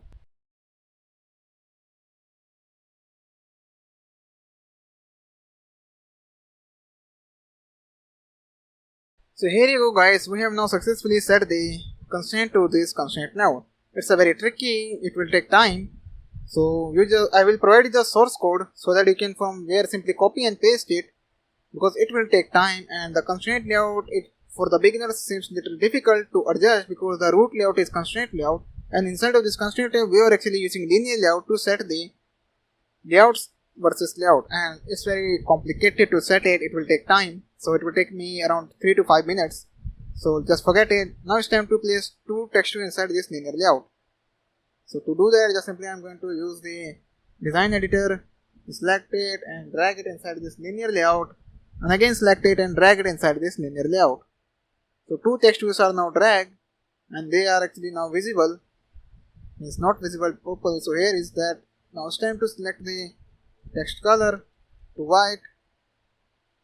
Also type the text style, text size, sorry, not just will be of 20 sp, and then again it's time to text style to bold. And similarly for this text view as well. Now we need to type lot of text inside of this text view. So line spacing extra, we also need to specify line spacing extra. That's a new attribute you are going to learn in this video. That's a 3dp. Now it actually conveys the meaning itself because it's a line spacing extra. It's actually used to increase the line spacing between the two text, because we are going to paste lot of text in these two text views. Need a margin property, so just simply type margin, and I will be specifying here 5 dp. Then similarly for this one we also need a line extra property. Copy it and paste it. Everything is now pretty much done. Now it's time to paste some text. So I have already copied some random text from the internet. That is the lorem ipsum text. That is one of the most popular free text used to when you want a bunch of text. So just go to the project. So I'm going to use a string.xml file, that is because I don't want to spoil the coding experience of this text view. So simply just click on the string.xml, and here at the end of this style tag, means the end of the string tag, just type it here, Ctrl D, and it will duplicate the code for you, and type long story text, and here paste the entire text that you have copied. Now again switch to the header.xml, and then as a text simply type @string, then long story text. Now you can see that lorem ipsum is appearing. Simply copy it and paste it inside this text view. So you can see now it's actually the layout of our application is now completed. Now this edit text, that you can see that if I just remove it, not edit text, is actually text view. If I zoom it, you can see that it's actually at the very not aligned properly. So to make it proper aligned like this one, so we need to increase some padding from the left. So to do that, just simply go to this the root layout of these all the three elements, that is this linear layout. So increase it to 10 dp. So now if I say, now you can see all of these are now properly aligned. So there is a 1 dp difference. So just again click on it, 1 dp difference, so make it into 8 maybe. Not 8, it's actually 9.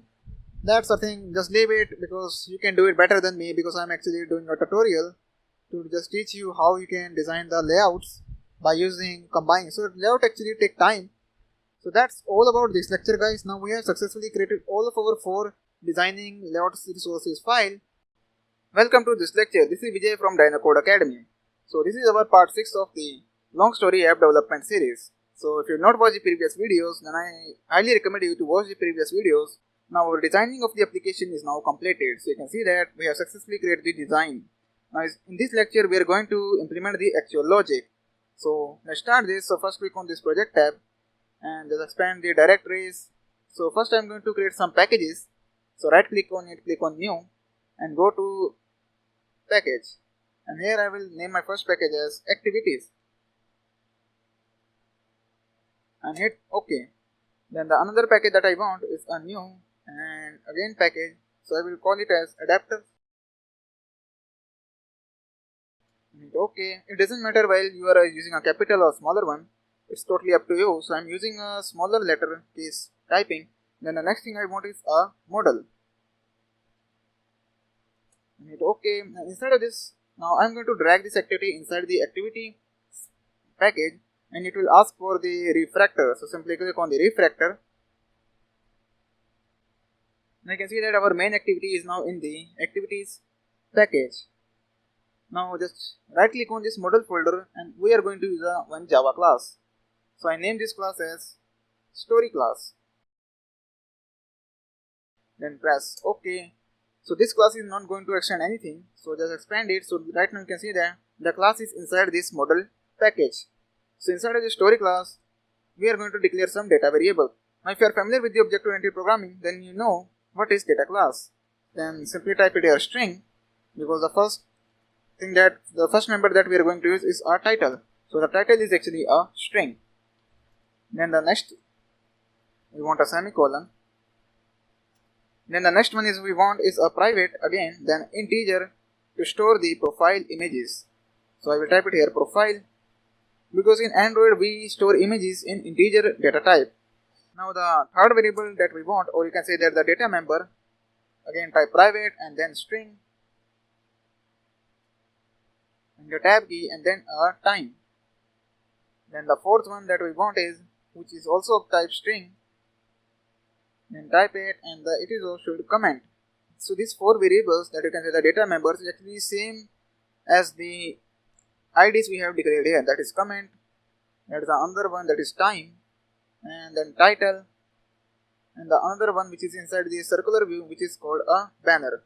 So this is a banner which is also used for profile, so I'm going to name it as banner. So that's the ID that we are going to use.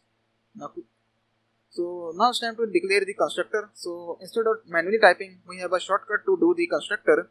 Just right click on it and go to the generate. Or you can also press the alt enter key. Then here we need a constructor. So we are going to select all of this by pressing the shift key, selecting all of them and click OK. So it will create a parameterized constructor initializing all of these things. So we don't need to do it manually. Now I also want a getter, so just right click and go to generate again and select the getters. Use the getter method, then select all and then hit OK. So it will create a bunch of getters method. Now if we want a setter, now I don't need a setter method. If we want, then we can create it in the upcoming videos. So that's all for the story class. Now it's time to close the story class, that is also known as our data class. Inside of this main activity, we need to declare some strings array. So to do that, so let's do that. So all the arrays are going to be public because we want to use all of this array inside this our adapter class.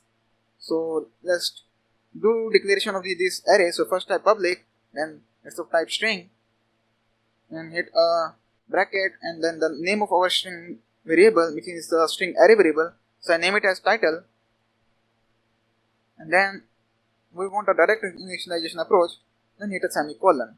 Then I will going to duplicate it into 3 more times. So I'm just going to press Ctrl D and changing the name of the variable to here like profile, and also change the data type to integer because images are going to store in a form of integer.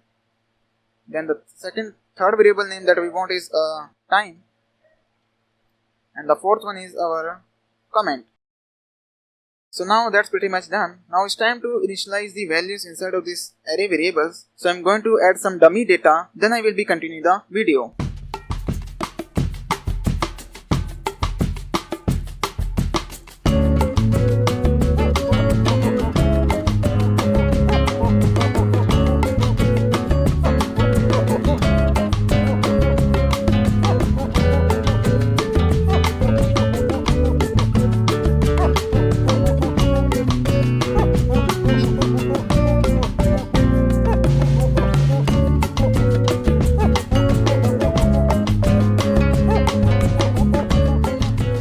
So you can see that I have now initialized all the dummy data. This is our title, this is our images. To initialize the image, you need to follow this structure, that is r.dribble.a, and I have entered some dummy time data and some comment. So that's all about this lecture. In next lecture, we are going to create the adapter and pass this data to the adapter by this story class, and then calling the adapter inside our main activity, which is this activity. Welcome to this lecture. This is Vijay from DynoCode Academy. So this is the part 7 of our long story app development series through Java. So let's start this lecture. So switch back to Android Studio. So in this lecture we are going to create the adapter. In previous lecture we have successfully created and initialized our arrays, and also we have created the data class. So if you not watched the previous video, then I highly recommend you to watch the previous video. Now to create a adapter class, just right click on this adapter package and go to new, and then click on this Java class, and here you need to type your adapter class name. So I'm going to type it as list view adapter, then hit OK key by pressing enter. So this list view adapter class actually extends the base adapter class. So if you not watch the theoretical lectures, then please watch the theoretical lecture, then you will get a clear idea what is this base adapter class is. So we'll type it here, base adapter. So when you extend the base adapter class, immediate package is also imported, and you can also see that the entire class is underlined red. So just right click on this bulb icon and go to the implement method. So you can see that it will ask us to implement all of this method. So hit OK, and this is because this base adapter is actually an abstract class. So luckily abstract class has only the declaration of the methods.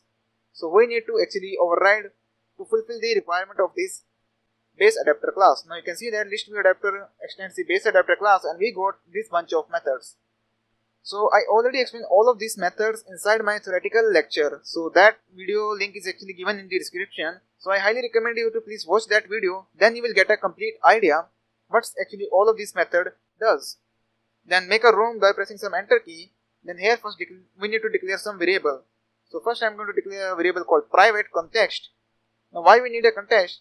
Because this class doesn't have any graphical layout. So in Android, context is like a supervisor that does all of the things and makes things easier for us. So the context is actually when we send the data from main activity to adapter, so that data is actually going to hold inside this context variable. Means the activity that we actually passes here from this. So you will get a clear idea when we are actually calling the adapter inside the main activity. But for this time, just declare the context variable. So this is a context class. Then we need to create the object of the context. So I'm going to type it as context, but here I will specify the mContext so that it will look like a member context. Then again a second variable which is of type array list we want, that is private, and it is should array list. So we'll type it here array list. Then this array list is going to hold the data of a story class type. So we'll type it here story class. Then it's time to declare the variable of the story class. So it gives us a suggestion that is story classes, and again I will prefix it by using array list and hit a semicolon. So these are the two variables. So this is the two variables that we want.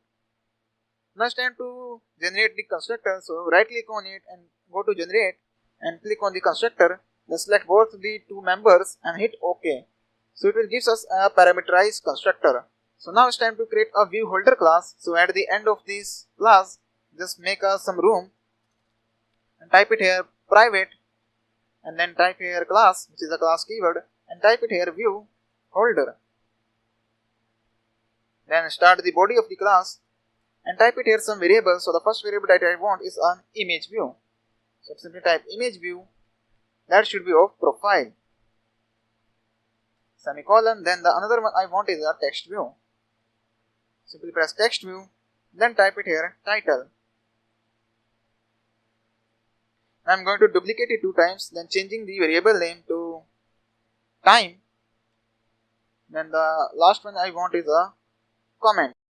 So now it's all the done. Now we are going to count the size of our story array list. So instead of returning here 0, we want to type the story list, that is story class list dot size. So calling the size method will actually tell the actual size of the array list. That will help this adapter class to know that how many elements are going to be drawn inside the activity screen, means how many view elements. Now it's time to go to the get item, and here we need to type story class dot get, and here we will pass the position as a parameter, that is this integer parameter. Now inside of this get view method, the actual thing is going to be done. And inside of this get item id method, we are going to returning the position. So all done. Now it's time to let's start the code, and here we need to write bunch of code. So I'm going to click on this project tab, then you can see everything clearly. So here I will write first view holder. So I will type it here view holder, which is a view holder, and I will create the object of the view holder. Then hit a semicolon. So I'll type it here if, hit a tab key, if convert view. So here is a convert view variable is equal to null. Then we need to initialize this convert view. So if it is null, so first we need a layout inflator, then hit a tab key, then layout inflator variable name, then equals to layout inflator. We need to typecast it into layout inflator. Then we need to use the variable which is mcontext dot get system service, and here we need to pass the again context, which is our mcontext, not context, mcontext dot layout inflator. So here I will type it here layout. We need to type capital 1 layout inflator service. So that's the service we want. Now this layout inflator actually inflate the graphical element and passes to and create a view.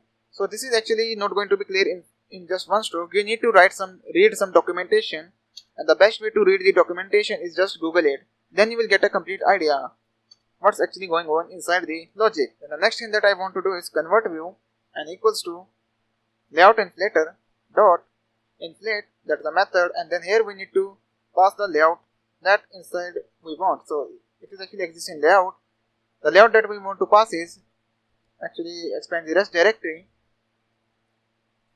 layout. So this layout we want to pass. Let's close it. Type it here, name the layout, that is our list view.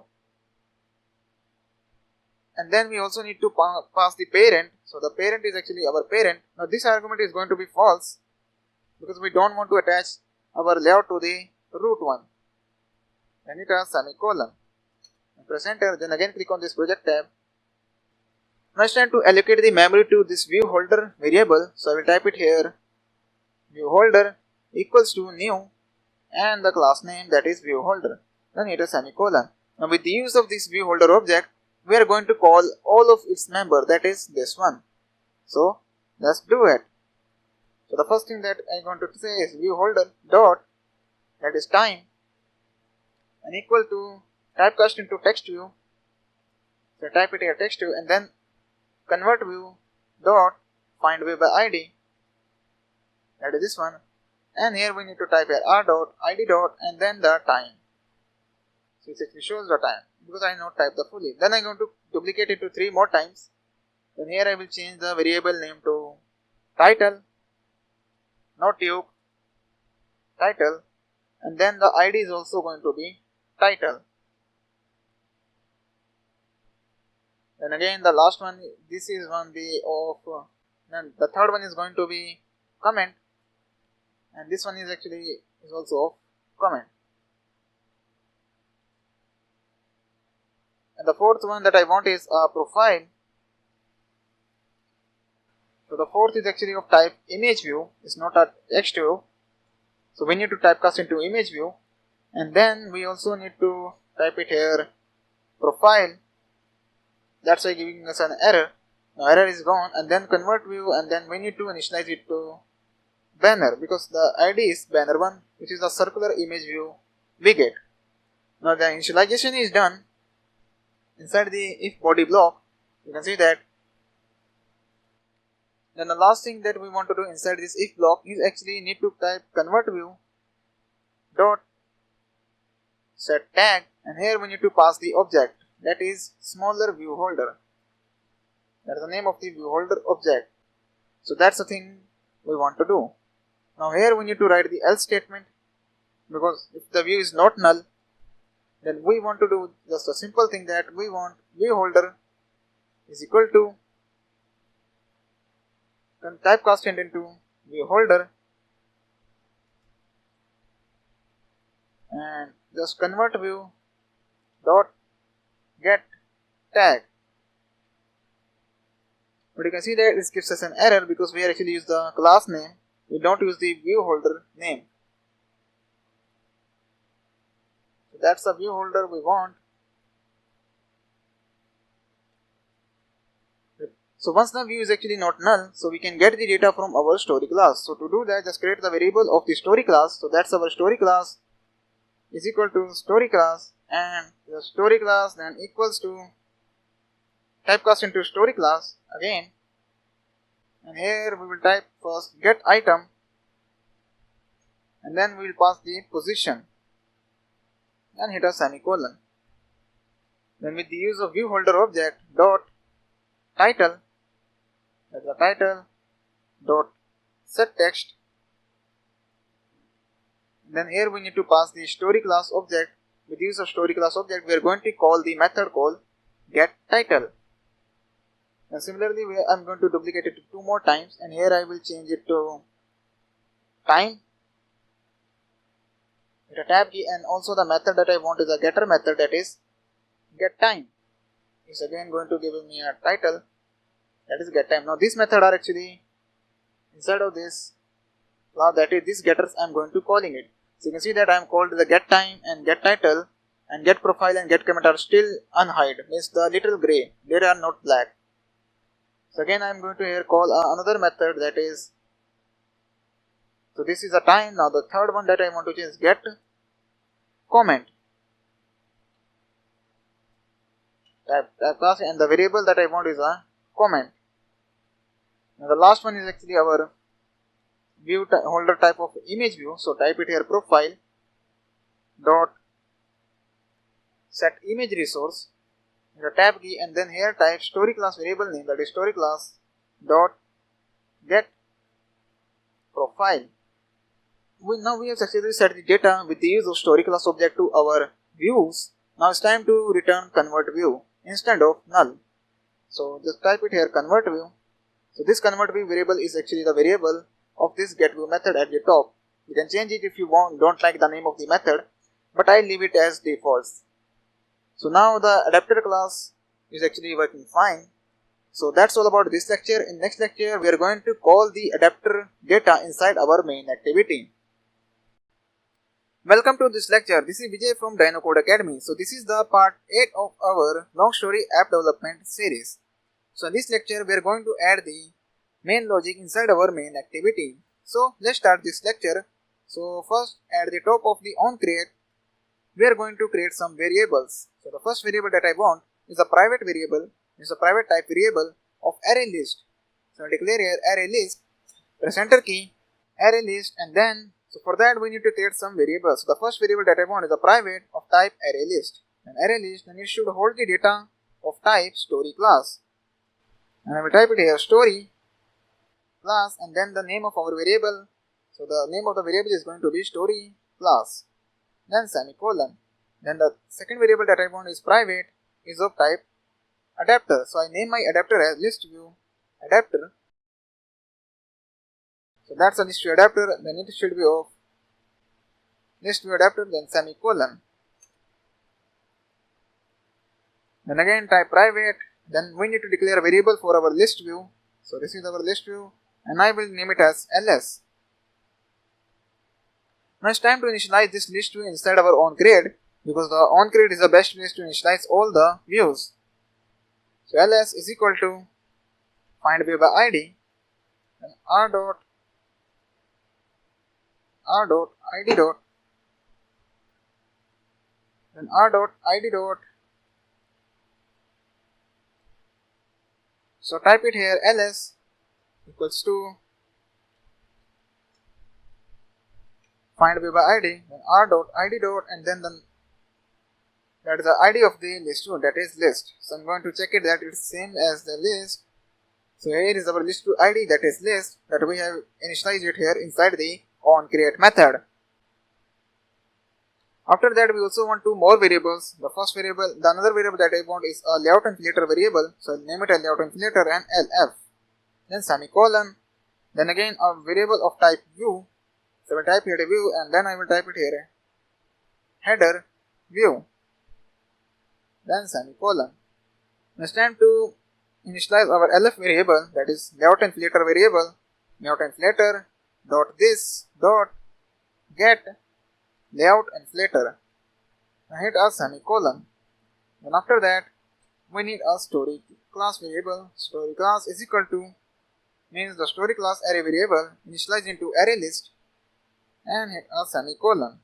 Now after that we need to initialize the header. This is our header.xml. So we need to inflate this header.xml inside our main activity. So to do that, just press enter key, because we have now successfully inflate our layout inflator variable. Now it's time to set the header. So first I will type here header view, then equals to, then we need to typecast into view, that is view, and then we need to type here lf, which is a layout inflator variable. Press tab key, then dot, then we need to call a method called inflate, and then we need to pass the r.layout.header, that is a layout exists in our rest directory, that is this one.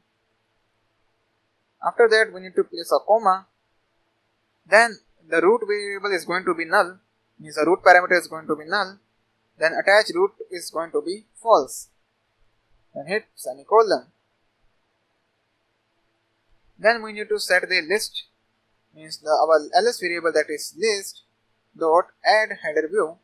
So instead add header view, that is this one, and then we need to pass here a header view variable name, that is header view is equal to the data, then comma, then here we need to pass the null, and then the another argument is selectable is going to be false. So these are the three parameters that we have passed. Now this code actually does what? It actually initializes header at the top of this main activity, means inside the main activity, that is long story XML file. At the top, the header will be displayed, and after that the list view is going to be displayed. So now it's time to we have initialized our story class. Now it's time to start a loop. Thus I am making some room. Here I will type here for. So I'm going to use the for I loop. So here I will type int, then I, then here initialize it to 0, then semicolon, then I is less than equal to title dot length semicolon, then I. Inside of the for loop we are going to declare the first variable of story class, that is story class, then the story class variable name, that going to be story class ob equals to new story class, and type it here story class. Then we are actually going to call a parameterized constructor. So here I will type first profile, then I will pass here I, then the next thing that I want is the title, then again array brackets and pass it here I, then again the another one I want a time, and pass it here I, and then the last one is comment, which is also, and then pass it I as an index, then hit a semicolon. So you can see that it gives us an error because the profile int Java Langdo, because now so the problem is here guys, actually the arrangement of the parameter that I have passed is actually changed. So you can see that The first is our title, then the second is our profile, then the time, then comment. So what I need to do, actually, I need to change the shuffling of this. So just cut it, this one from here, and first type it here, and then semicolon, and remove this one.